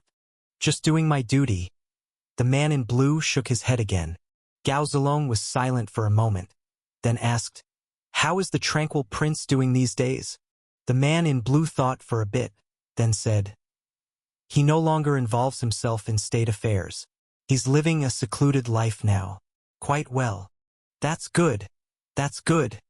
Gao Zilong nodded quickly. As they talked, everyone made their way back to Tranquil Heaven City. When they reached the city gates, something felt off. It was too quiet. The gates were wide open, and inside the city, there was complete silence. This eerie stillness put everyone on edge.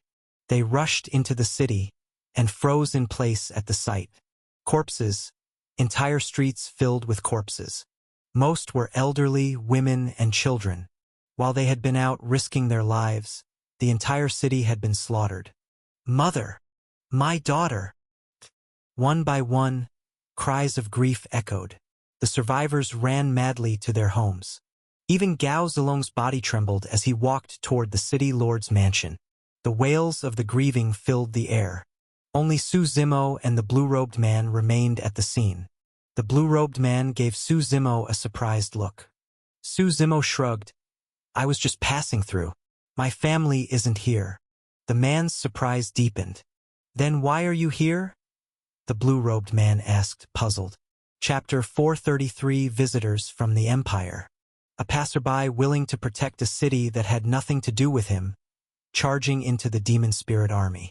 In the eyes of the man in blue, there were only two possible explanations for someone like that. Either he was insane or he had confidence. He looked at Su Zimo. So far, Su Zimo hadn't done anything particularly impressive, and the man couldn't see where this supposed confidence came from. No reason. I just wanted to see what demon spirits actually looked like, Su Zimo said with a smile.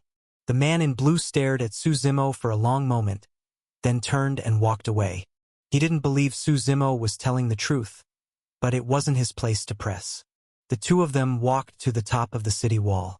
All the guards who had defended the city here were now dead. Su Zimo carefully placed one of the bodies down and checked the cause of death.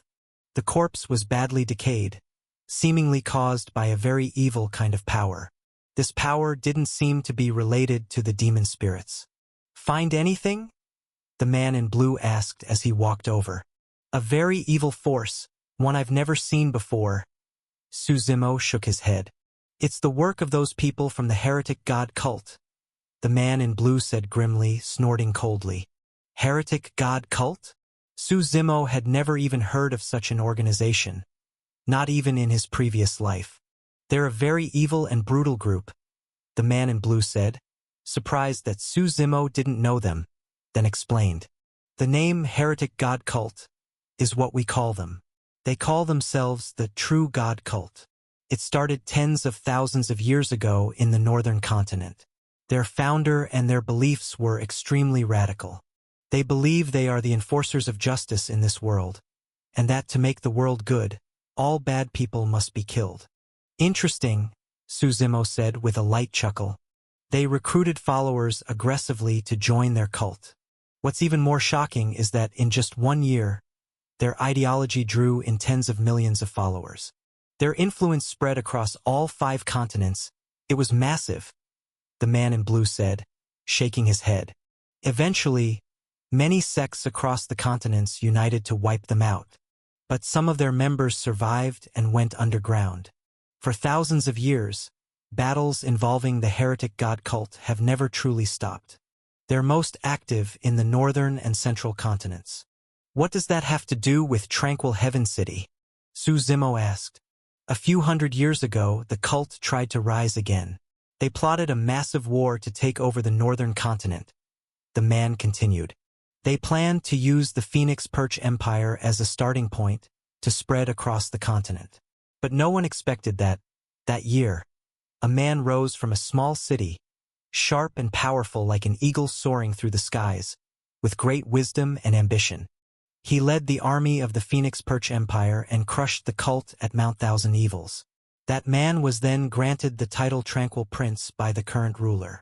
Tranquil Prince is from Tranquil Heaven City? Su Zimo asked. Yes, I was sent by him to protect this city, the man in blue said calmly. Even the teleportation array here exists because of Tranquil Prince. Otherwise, how would such a remote little city be allowed one? The heretic god cult massacred the city as revenge. Su Zimo instantly understood the whole picture. They don't have the guts to go after Tranquil Prince directly, so they targeted this place instead. The man in blue snorted. Su Zimo shook his head slightly. This matter didn't really concern him. But he did commit the name Heretic God Cult to memory. As the two talked, spirit force suddenly surged from the center of the city. Someone is using the teleportation array. The man in blue immediately rushed toward the plaza. Su Zimo followed closely. Looks like someone from the Empire has arrived. When the two arrived at the plaza, they saw 3 figures in yellow robes already standing there. 2 men and 1 woman, each radiating powerful auras. Where's Gao Zilong? The man in the middle asked, frowning as he looked around. The city was massacred. He's at the city lord's manor. The man in blue replied calmly. What's going on? His Majesty sent 3 of us for a small city like this? Completely overkill. The man on the left said in frustration. I'll be sure to pass those words on to Tranquil Prince. The man in blue replied coldly. Tranquil Prince? The yellow-robed man froze, then quickly realized. Tranquil Prince was from this very city. He immediately shut his mouth. Please don't take offense, young man. We're from the Empire's 3 yellow divisions, here to protect the city. The man in the center said with a smile. They were members of the Phoenix Perch Empire's Yellow Division, each named after the sun, moon, and stars. Their names were Yellow Star, Yellow Moon, and Yellow Sun. I serve under Tranquil Prince. You can call me Mo Yi, the man in blue said with a nod. The Yellow Divisions were one of 7 color-coded divisions of the Empire and were quite famous. After everyone introduced themselves, they turned to Su Zimo. Su Zimo smiled lightly, waved his hand, and said, Su Zimo, no need to worry about me. I was just passing by and stepped in to help. With introductions done, the group began inspecting the city. The situation was just as bad as expected. No one who had stayed behind in the city survived. Of those who had returned from the front lines, only about 20 remained. They sat silently outside their homes, eyes hollow, unable to shake off their grief. Seeing this scene, Mo Yi and the others could only shake their heads helplessly. Everyone in the heretic god cult deserves to die, Yellow Star said angrily. The Empire knows it too, another replied. But they're like ghosts always disappearing, and they grow their numbers too quickly. 100 years ago, it was Tranquil Prince who ended it all. Who knows if another Tranquil Prince will rise in our time? If you really can't let go of the dead, why don't you join them in the grave? Just then, a burst of wild laughter came from nearby. Everyone turned their heads quickly and saw 3 black-robed figures slowly walking from around the corner. Heretic God Cult, Mo Yi said coldly, squinting as he spoke each word. You dare show up here? Yellow Star snorted. Spirit force surged around him. Perfect. I'll kill you and avenge the city's people. The radiance of the true God will shine across the world, and all of you stubborn fools will disappear like dust in the sunlight. One of the black-robed men sneered. As soon as he finished speaking, he raised his hands, and 8 beams of light shot into the sky from various parts of the city. Chapter 434, 8-Star Heaven-Locking Formation. The 8 beams of light carried an overwhelmingly evil aura, turning the sky above tranquil Heaven City pitch black. A mighty pressure spread like dark clouds piling up in the sky, creating a tense, stormy atmosphere. It's a formation, Mo Yi said from the side. Looks like they're planning something big. They want to wipe all of us out. Yellow Star snorted. Can you tell what kind of formation it is? Yellow Sun asked with a slight frown. Seems to be the 8-Star Heaven-Locking Formation. That's trouble. Ignoring the whispers among the group, the 3 black-robed figures stopped in front of everyone. One of them sneered and said, Feeling hopeless yet? Courting death, Yellow Star, known for his fiery temper, immediately launched an attack with his palm. His aura as an Empyrean Meridian cultivator surged, and thick, dark yellow spirit force swirled around him. This palm strike shattered the space in front of him, descending with overwhelming force. The black-robed man struck back as well, his hand surrounded by black spirit force carrying corrosive power, clashing directly with Yellow Star. Boom! The two were forced apart, and a powerful shockwave spread out, shattering the stone floor beneath them. Yellow Star stood his ground without moving, while the black-robed man stumbled back several steps, his figure unsteady. A mere Imperial Meridian dares act so arrogant, Yellow Star snorted. From this exchange, he figured out that the 3 black-robed figures were only at the peak of the Imperial Meridian realm. Meanwhile, the 3 from the Empire's Yellow Division were all Empyrean Meridian cultivators. You were the ones who lured the demon spirits outside, weren't you? Emoyi said calmly. I was wondering why those usually timid demon spirits dared to leave the Phoenix Perch Demon Forest. Looks like your heretic god cult went to great lengths. Emoyi had already guessed this earlier. These people must have been wary of him. Otherwise, why bother using demon spirits as a cover instead of attacking the city directly? Seems you still don't understand your situation. The black-robed man chuckled. Yellow Sun frowned and said to the others, be careful of this formation. It must be their trump card. Otherwise, they wouldn't have waited for us to arrive. Suzimo looked up slightly. At this point, the sky had completely changed, dark clouds churned, and the heavens were pitch black. Black spirit force covered the entire sky, and the 8 beams of light around the city had become 8 massive pillars standing between heaven and earth. They connected all the way to the sky. An invisible force seemed to blanket the entire city of tranquil heaven. Booming explosions echoed nearby. At the center of the sky, the black energy became even deeper, as if something was being born within it.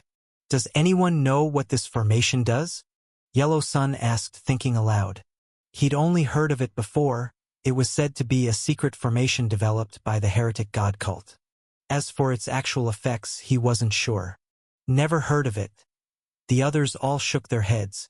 Once the energy in the sky reached a critical point, the 3 black-robed men rose into the air.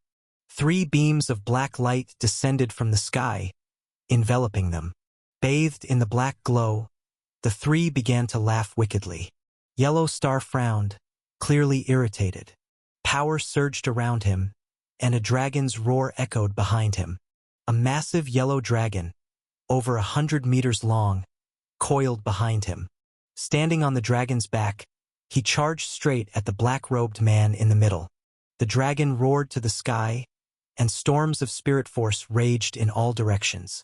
The black-robed man remained calm. A black light flashed on his right index finger as he casually pointed at Yellow Star. Boom! Before anyone could react, Yellow Star was blasted backward. The space where he stood completely collapsed. Clanking chain sounds echoed around them. A pitch-black chain fell from the sky and branded itself onto Yellow Star's body before disappearing from sight. You okay? Yellow Moon asked, worried.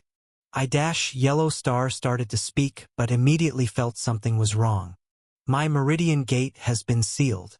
His face turned pale with shock. Sealing a meridian gate was an incredibly difficult feat. It was known that only meridian sealing powder could achieve this. But that powder could only temporarily seal cultivators below the desolate meridian realm. To seal the meridian gate of an Empyrean meridian realm cultivator, nearly impossible. 8-star heaven-locking formation, Yellow Sun said slowly, squinting. It's because of the formation? The others quickly realized and looked up at the sky. Finally figured it out? The black-robed men laughed from above. In this heaven-locking formation, we can seal up to 8 cultivators who haven't reached the immortal path, one of them said. This formation is an exclusive creation of our true god cult. We adapt with the times and walk at the forefront of a new era. You weaklings will either die or submit. Can't you break the seal on your own? Yellow Sun asked with a strained expression. Yellow Star tried. His face turned red from the effort, but he finally shook his head helplessly. Call for backup from the Empire, Yellow Moon said, crushing a jade token in her hand. It's too late. Even if they use the teleportation array, it'll take a few hours to get here. Yellow Sun shook his head, clearly not hopeful. Besides, they'll definitely destroy the teleportation array. The Empire won't be able to send anyone to this remote city in time. In the sky, the 3 black-robed men grew stronger by the second. They looked down coldly at the Yellow Division members. Then the 3 of them pointed with their right hands again. 3 more chains fell rapidly from the sky. Not good, Dodge. Yellow Sun's expression changed, and he quickly called out. He blinked out of place, trying to avoid the incoming chains. But the chains seemed to have tracking abilities, refusing to let go of the Yellow Division and MOE. Only Suzimo stood on the side, watching. Booming sounds echoed around them. Realizing dodging wouldn't work, the others charged at the black-robed men. Their auras surged, true life spirits appeared. They were at the end of their rope. The black-robed men didn't panic. As the yellow division closed in, they raised their hands again. Clanking sounds followed as 3 more chains dropped from the sky. The 8-star heaven-locking formation allowed control of 8 chains at once.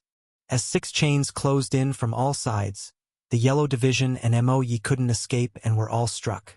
Once their meridian gates were sealed, they fell from the sky. Boom, they crashed hard into the ground. The 3 from the yellow division and MOE got back on their feet, all looking grim. They tried to break the seals inside them, but it was useless. "We're done," Yellow Star said anxiously. "We've traveled across half the Phoenix Perch Empire without fear. Who would have thought we'd fall here today?" Chapter 435, Heaven Derivation Astrolabe. "Brother Su." MOE turned his gaze toward Su Zimo. At this point, Su Zimo was their only hope, the only one not sealed. But he didn't know what realm Su Zimo was actually at. Su Zimo simply smiled and said nothing. The 3 black-robed men slowly descended from the sky, looking down on the members of the Yellow Division. "Prisoners now? Didn't expect that, did you?" Yellow Star snorted coldly and shouted, "Kill us or torture us. Do as you like.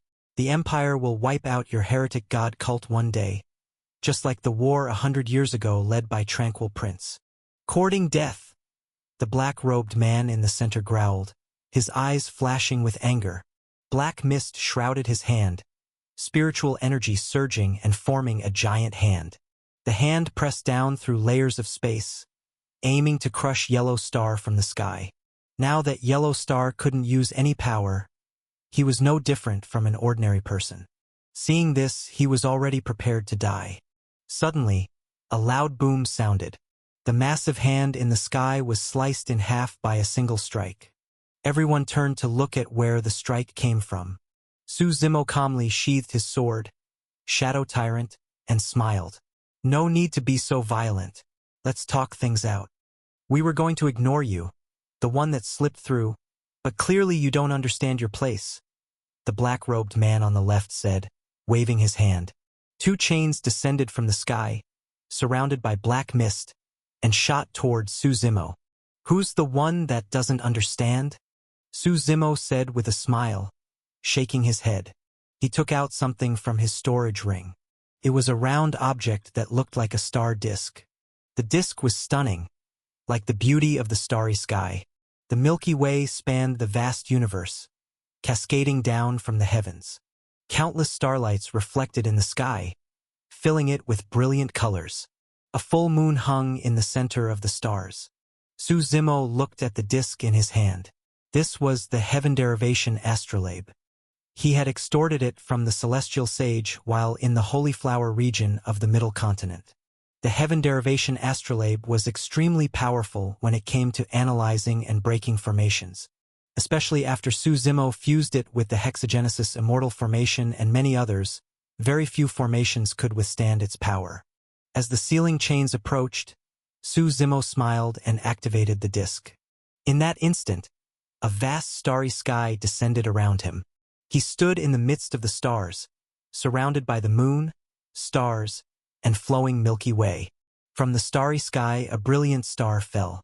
The falling star cut through the void and, at the last moment before fading, collided with the incoming chains.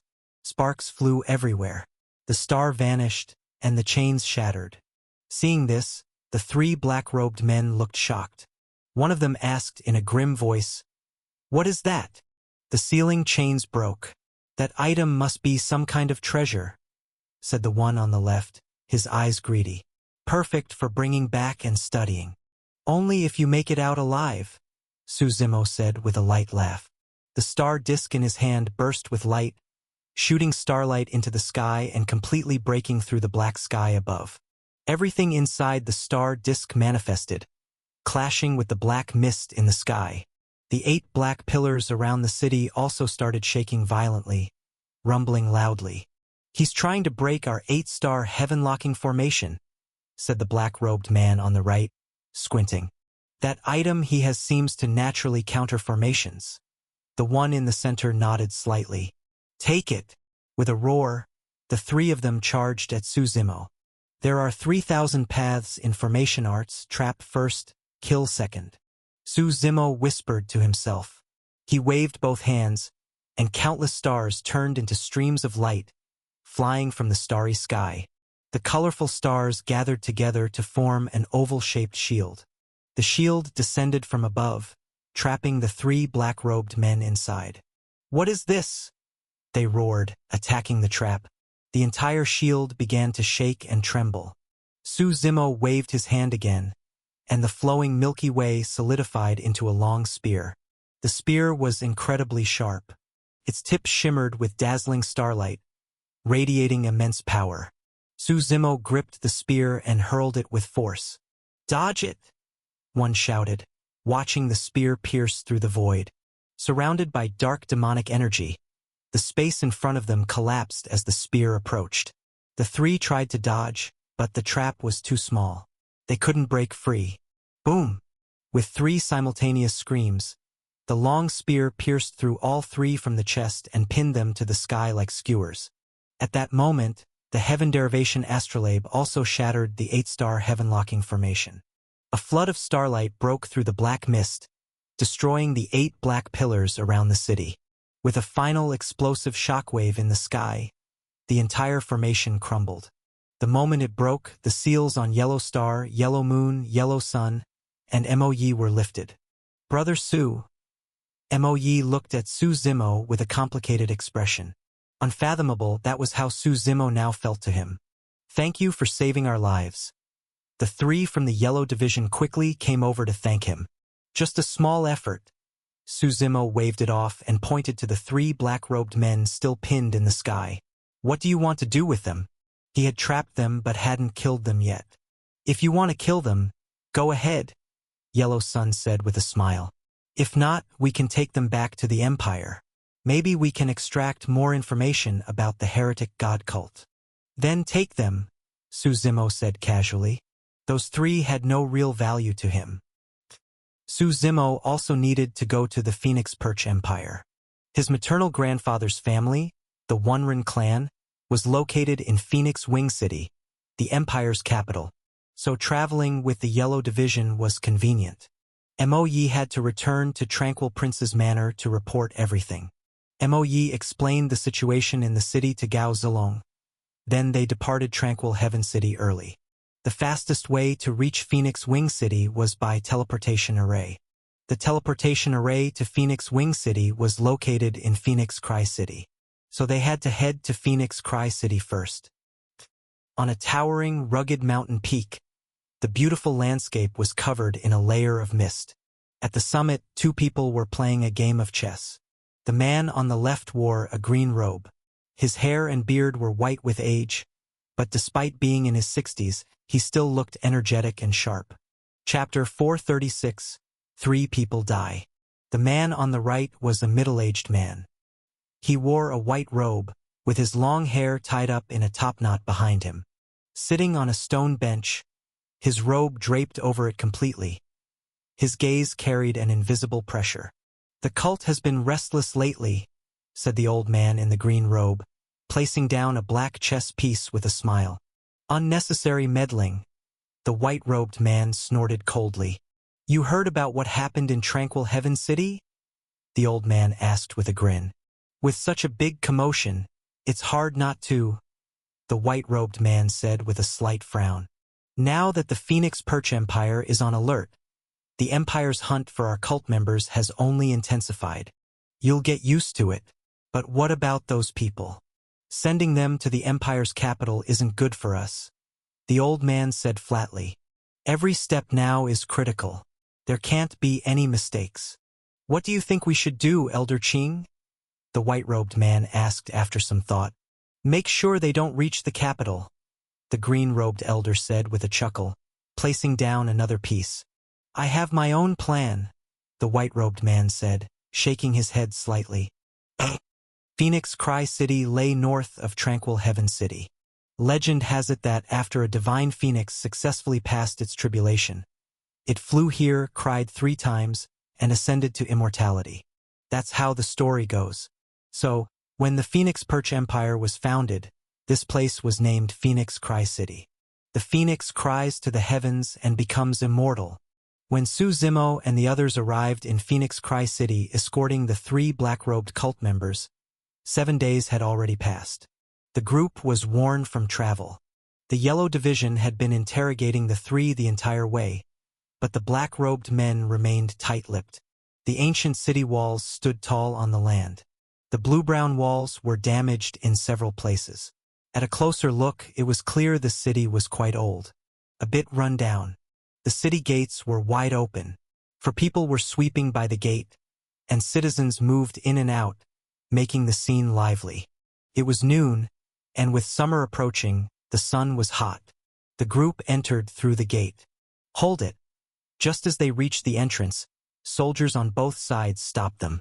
"There's an entrance fee," the soldier on the left said indifferently. "Who made that rule?" Yellow Star asked coldly. "I've never heard of such a thing in the Phoenix Perch Empire. Who made it doesn't matter. If you don't pay, you don't go in," the soldier replied flatly. "You!" Yellow Star was about to act when Yellow Sun quickly stopped him. "We'll pay," Yellow Sun said with a smile, handing over a spirit stone. The soldier took it and nodded in satisfaction. Most people paid with silver, but a spirit stone meant extra for him to pocket. "Go in. Don't cause trouble in the city," the soldier said as he tucked the stone away. After entering the city, Yellow Star couldn't help but ask Yellow Sun, "Big brother, why'd you stop me just now? A lowly guard dares to charge an entrance fee? Lawless. If even a lowly guard dares to do this, then who do you think is behind it?" Yellow Sun asked in return. "You mean the city lord?" Yellow Star immediately understood. The Yellow Division was one of the 7 imperial divisions. They wielded enormous power in the empire, representing the emperor during their inspections. They even had the authority to act first and report later, especially someone like Yellow Star who couldn't tolerate injustice. "This isn't something we can conclude yet," Yellow Sun said calmly. "We can ask around for a few days. Once we're back in the capital, we'll report it to the emperor. Right now, our priority is escorting these 3 cult members without any incidents. Someone may try to rescue them on the way." "I understand," Yellow Star nodded. They booked several rooms at an inn. Su Zimo stayed in a room alone. So did Yellow Moon. Yellow Sun and Yellow Star shared a room to guard the 3 cultists. Back in his room, Su Zimo focused on studying the 10 forms of demon, as well as researching the map that featured the solar illumination's shadow. The map was from before the primordial heartlands had fractured, so many of its locations no longer matched up with the current geography. The Tao is boundless. It can be infinitely vast or infinitely small. Su Zimo found that the 10 forms of demon seemed tailor-made for him. His understanding flowed easily and quickly. After dinner, night fell over Phoenix Cry City. Though it was a large city, it had grown worn and somewhat fallen into decline due to age and neglect. A soft, early summer breeze blew through the streets. As Su Zimo was meditating, a loud boom came from the neighboring room. That room belonged to Yellow Sun and Yellow Star. He rushed over to check. Everyone was still there and safe, but the roof appeared to have been blasted open. "What happened?" Su Zimo asked as he entered. Yellow Moon had also arrived in a hurry, already dressed. "Someone tried to kill these 3, Yellow Sun said, pointing to the bound black-robed men with a grim expression. "Looks like the heretic god cult," Su Zimo said. "Be on alert. Tonight's not going to be peaceful." Yellow Sun nodded, looking serious. The cult's strength was beyond what he'd expected.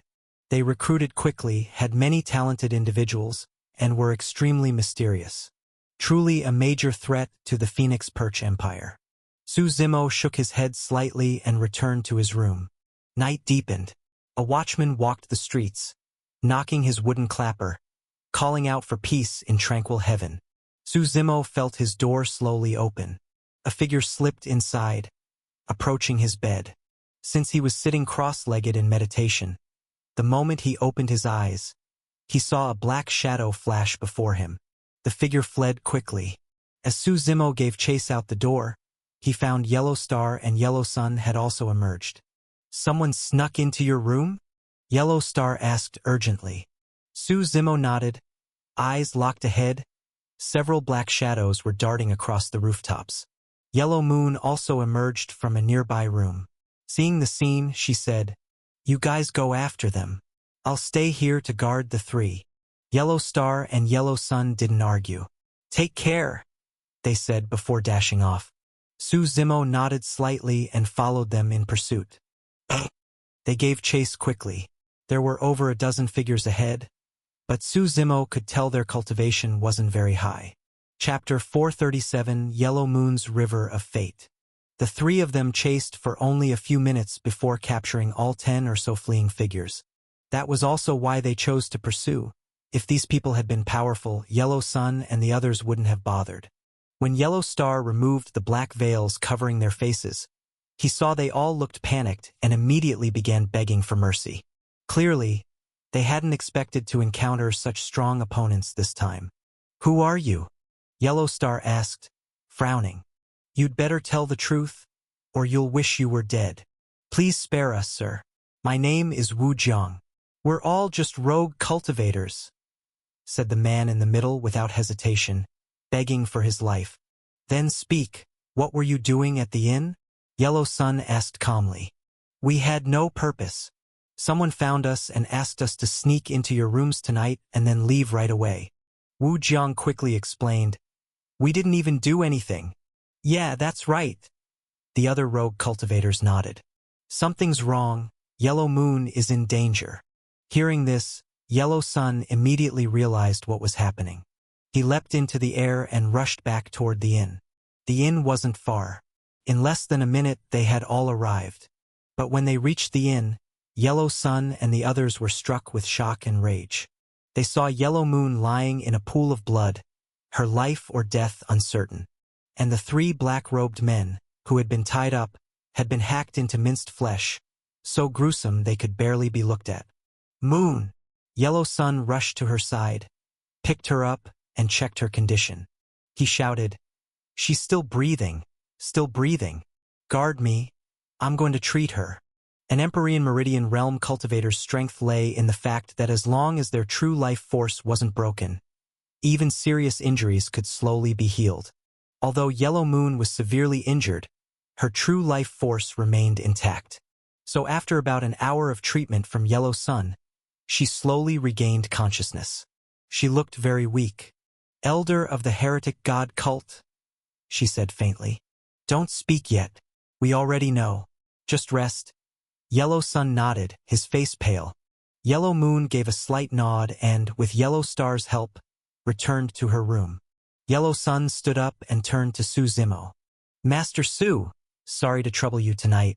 We need to stay and guard you here. Please get some rest. Can you tell me more about the heretic god cult?" Su Zimo asked. He wasn't going to sleep anyway, so he figured he might as well learn more about the cult.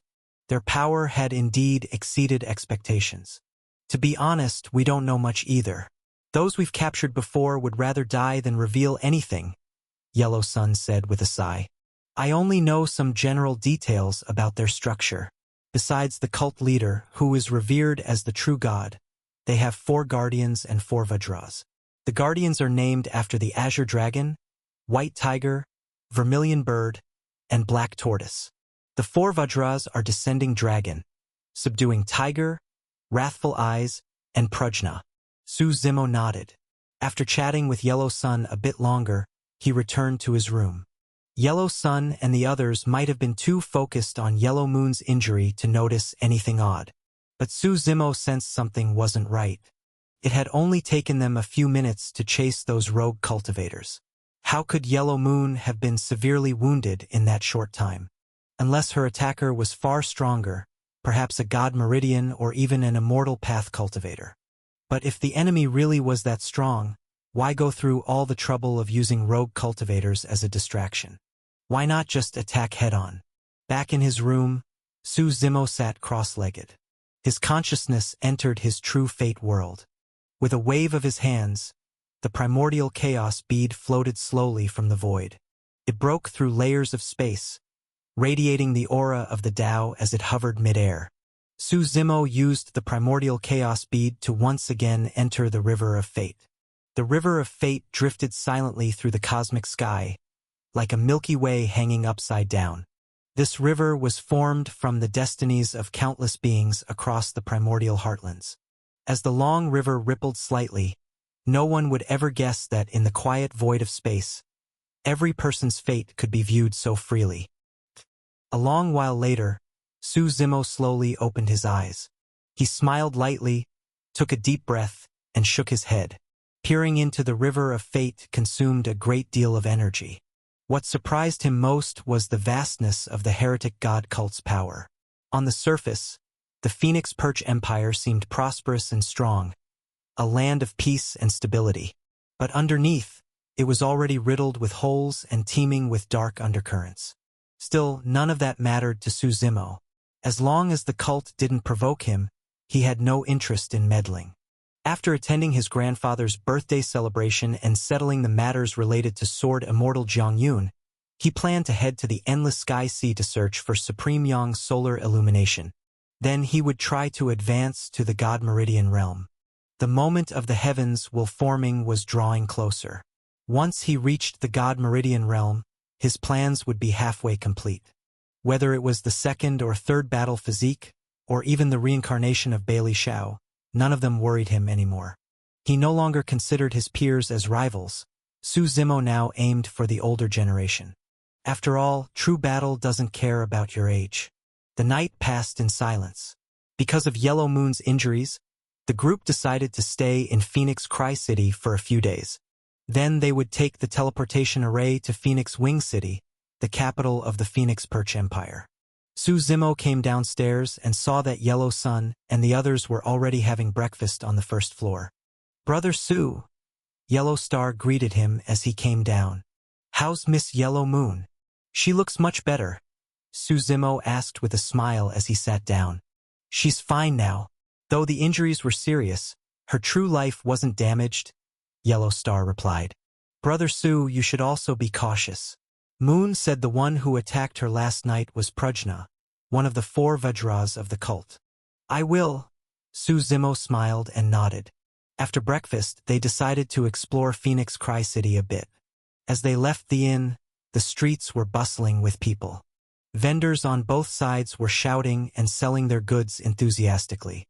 With Yellow Sun and Yellow Star walking ahead, Su Zimo quietly smiled and asked Yellow Moon, "Miss Yellow Moon, your status in the heretic god cult must be pretty high, right?"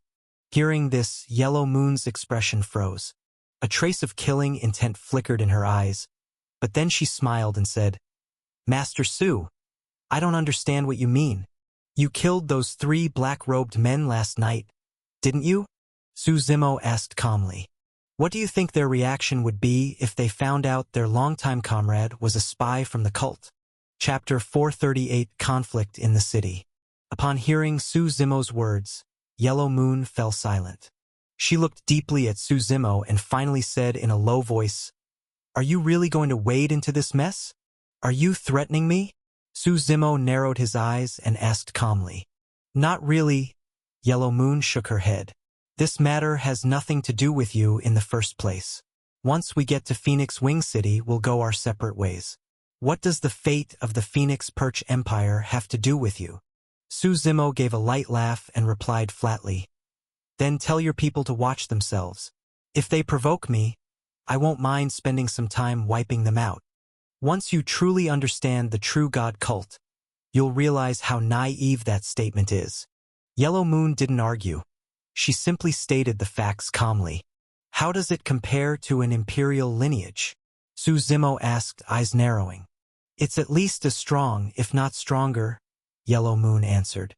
"And what about a lineage with 4 emperors?" he asked. Yellow Moon was silent for a moment, then gave Su Zimo a long look and said nothing more. As the two were talking, Yellow Star suddenly turned around and shouted, "What are you two doing back there? Hurry up!" Su Zimo smiled and quickened his pace. Just as the group reached the corner of the street, they were drawn to a noisy commotion. In front of a pharmacy, a large crowd had gathered. Two servants were holding onto a young girl who was struggling desperately. "What's going on?" Yellow Star frowned at the sight and quickly walked over. With his strong sense of justice and the authority of the 3 divisions to oversee and inspect all affairs, he stepped in. "Father, save me! Save me!" the girl cried out. At the entrance of the pharmacy, a man in a gray robe tried to approach but was held back by 2 guards. "Master Luo, take it out on me instead. Let my daughter go," the gray-robed man shouted toward a young man nearby. The youth, slick and pampered-looking, wore a light blue robe with black flower patterns. He held a folding fan and smiled as he said, "Old Zhang, this is Phoenix Cry City. What I say goes. Letting your daughter become my concubine will bring her a life of luxury. Isn't that a great deal? Master Luo, I'm begging you, please let her go," the gray-robed man pleaded. But the young man in blue ignored him, simply watching as his guards restrained the girl. The surrounding townspeople sighed softly at the scene. They didn't dare speak up, only whispering among themselves. "Zhang Bin really is unlucky. I heard they just moved to Phoenix Cry City and finally saved enough to open a pharmacy. Who knew his daughter would catch Luo Jin's eye? Keep your voice down. Luo Jin is the city lord's son. If he hears you, you're finished. I actually think it's not so bad. If Zhang Bin's daughter marries young Master Luo, she'll live in luxury. You don't know anything. I've heard Luo Jin is twisted, he likes torturing women. No woman who's been with him has ever walked away unscathed. No way." Ignoring the crowd's murmurs, Yellow Star strode forward and threw the 2 guards aside. "Are you all right?" he asked the girl urgently. The girl didn't respond. She simply curled up and trembled in fear. Seeing this, Yellow Star frowned even more deeply. He looked at Luo Jin and said coldly, "I want to ask what crime this girl has committed, and who exactly are you to arrest her? A nosy stranger, are you?" Luo Jin fanned himself and smiled. "And who the hell are you to meddle in my affairs? Courting death." Yellow Star narrowed his eyes and raised his hand to strike. Already frustrated over Yellow Moon's situation, he welcomed the chance to vent his anger. As his palm came crashing down, the surrounding spirit force surged violently. A loud rumble echoed around them. Luo Jin froze in place at the sight of the strike. He quickly snapped out of it and screamed in panic, "Guard Shun, are you going to just watch me die?" As he shouted, the space beside him rippled. A figure slowly emerged from the void. It was a man in a purple robe with a sword at his waist. His aura was also formidable. Su Zimo glanced at him and immediately recognized him as someone who had just stepped into the Imperial Meridian realm.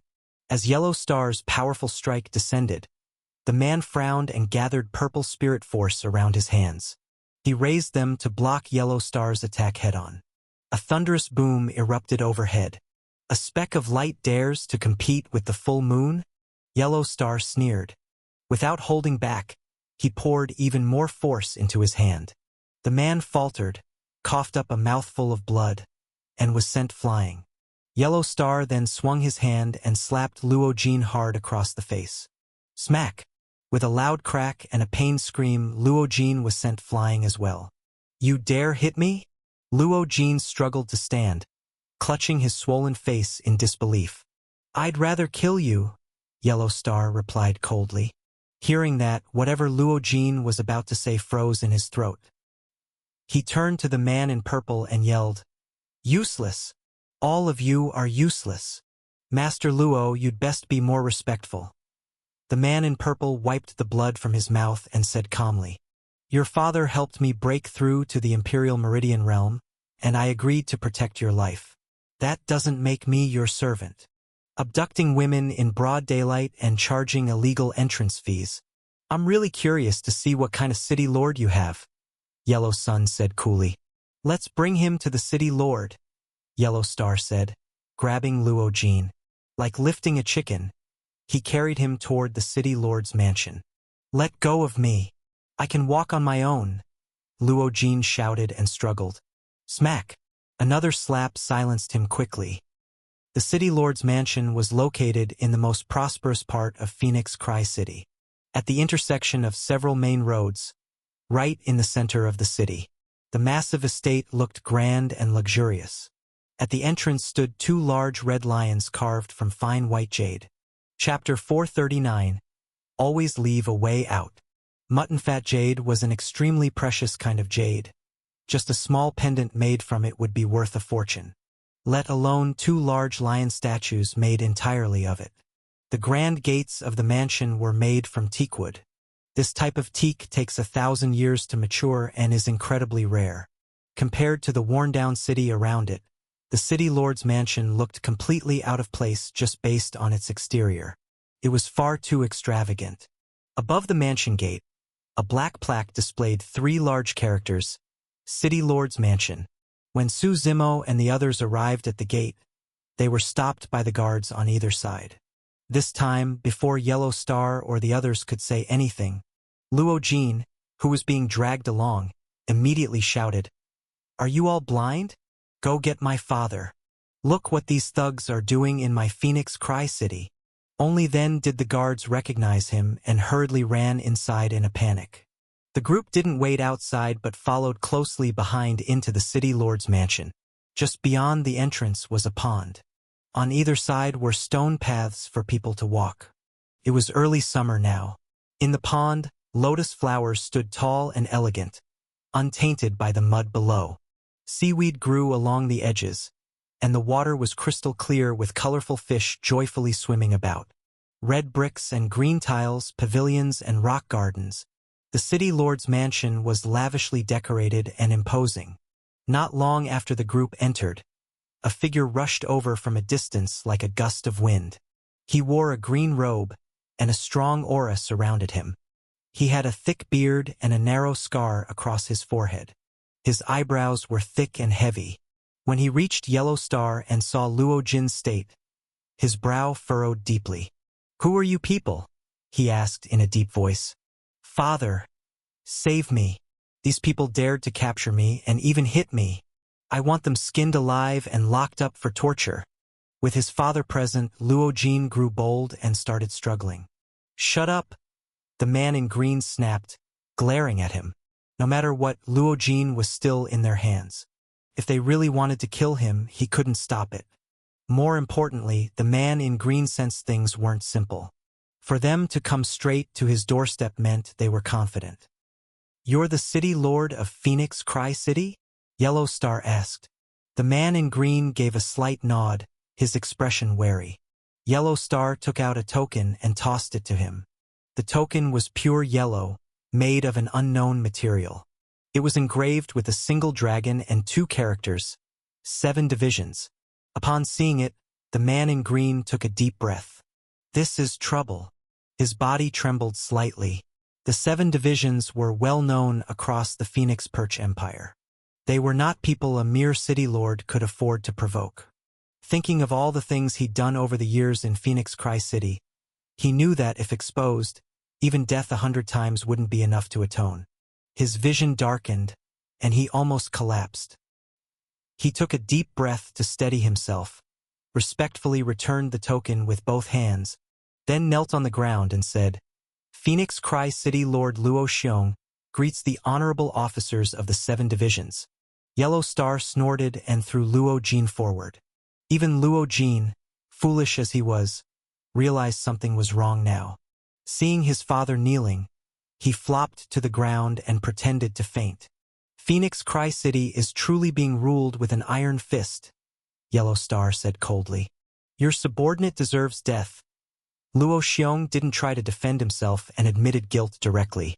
He knew that what he had done couldn't withstand investigation. "Then go die," Yellow Star said calmly. Luo Xiong was stunned. He hadn't expected Yellow Star to say that. That wasn't playing by the rules. "Enough. Although we're part of the 7 divisions, we don't have the authority to punish a city lord," Yellow Sun added from the side. "You'll come with us to the capital tomorrow. His Majesty will pass judgment." Luo Xiong nodded heavily and didn't argue. "Bring your son with you," Yellow Star said before leaving. After Yellow Star spoke, the group left. On the way, Su Zimo curiously asked, "You're not watching them? Aren't you afraid they'll run? If they run, even better. We'll issue a nationwide kill on-site order," Yellow Star said with a laugh. Su Zimo shook his head slightly and didn't say more. He felt they were too confident. When you corner someone completely, there's nothing they won't dare to do. Knowing they'd be walking to their deaths in the capital, how could Luo Xiong and his son simply wait for it? Moon's injuries are almost healed. Let's leave early tomorrow, Yellow Sun reminded them. Yellow Moon nodded and didn't object. After the group left, Luo Xiong slumped to the ground in silence. "Father, what's wrong?" Luo Jin hurried forward and asked. Smack! Luo Xiong slapped him hard across the face and shouted, "How did you get mixed up with them?"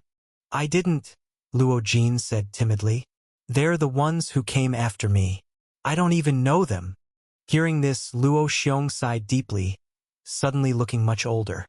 "Father, what do we do now?" Luo Jin asked in panic. "If we go to the capital, will the Emperor let us live? Think about all the things you've done these past years.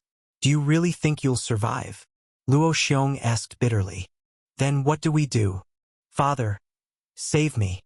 I don't want to die," Luo Jin shouted. "Enough. Shut up. Shouting won't solve anything. Tonight, you're coming somewhere with me," Luo Xiong said calmly. His eyes were deep, staring into the distance for a long while. Finally, he muttered, "If you won't let me live, then let's all die together."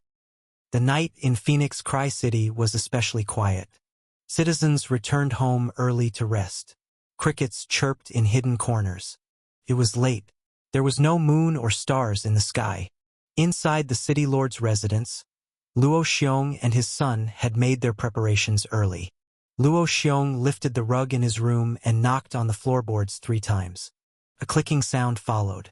Then, a secret tunnel appeared before them. "Father, you?" Luo Jin looked at him in surprise. "When you've done enough bad things, you always leave yourself a way out," Luo Xiong said calmly. The two entered the secret passage. Inside, Luo Jin realized the tunnel was far more complex than he had imagined. It stretched in all directions with twisting, interwoven paths.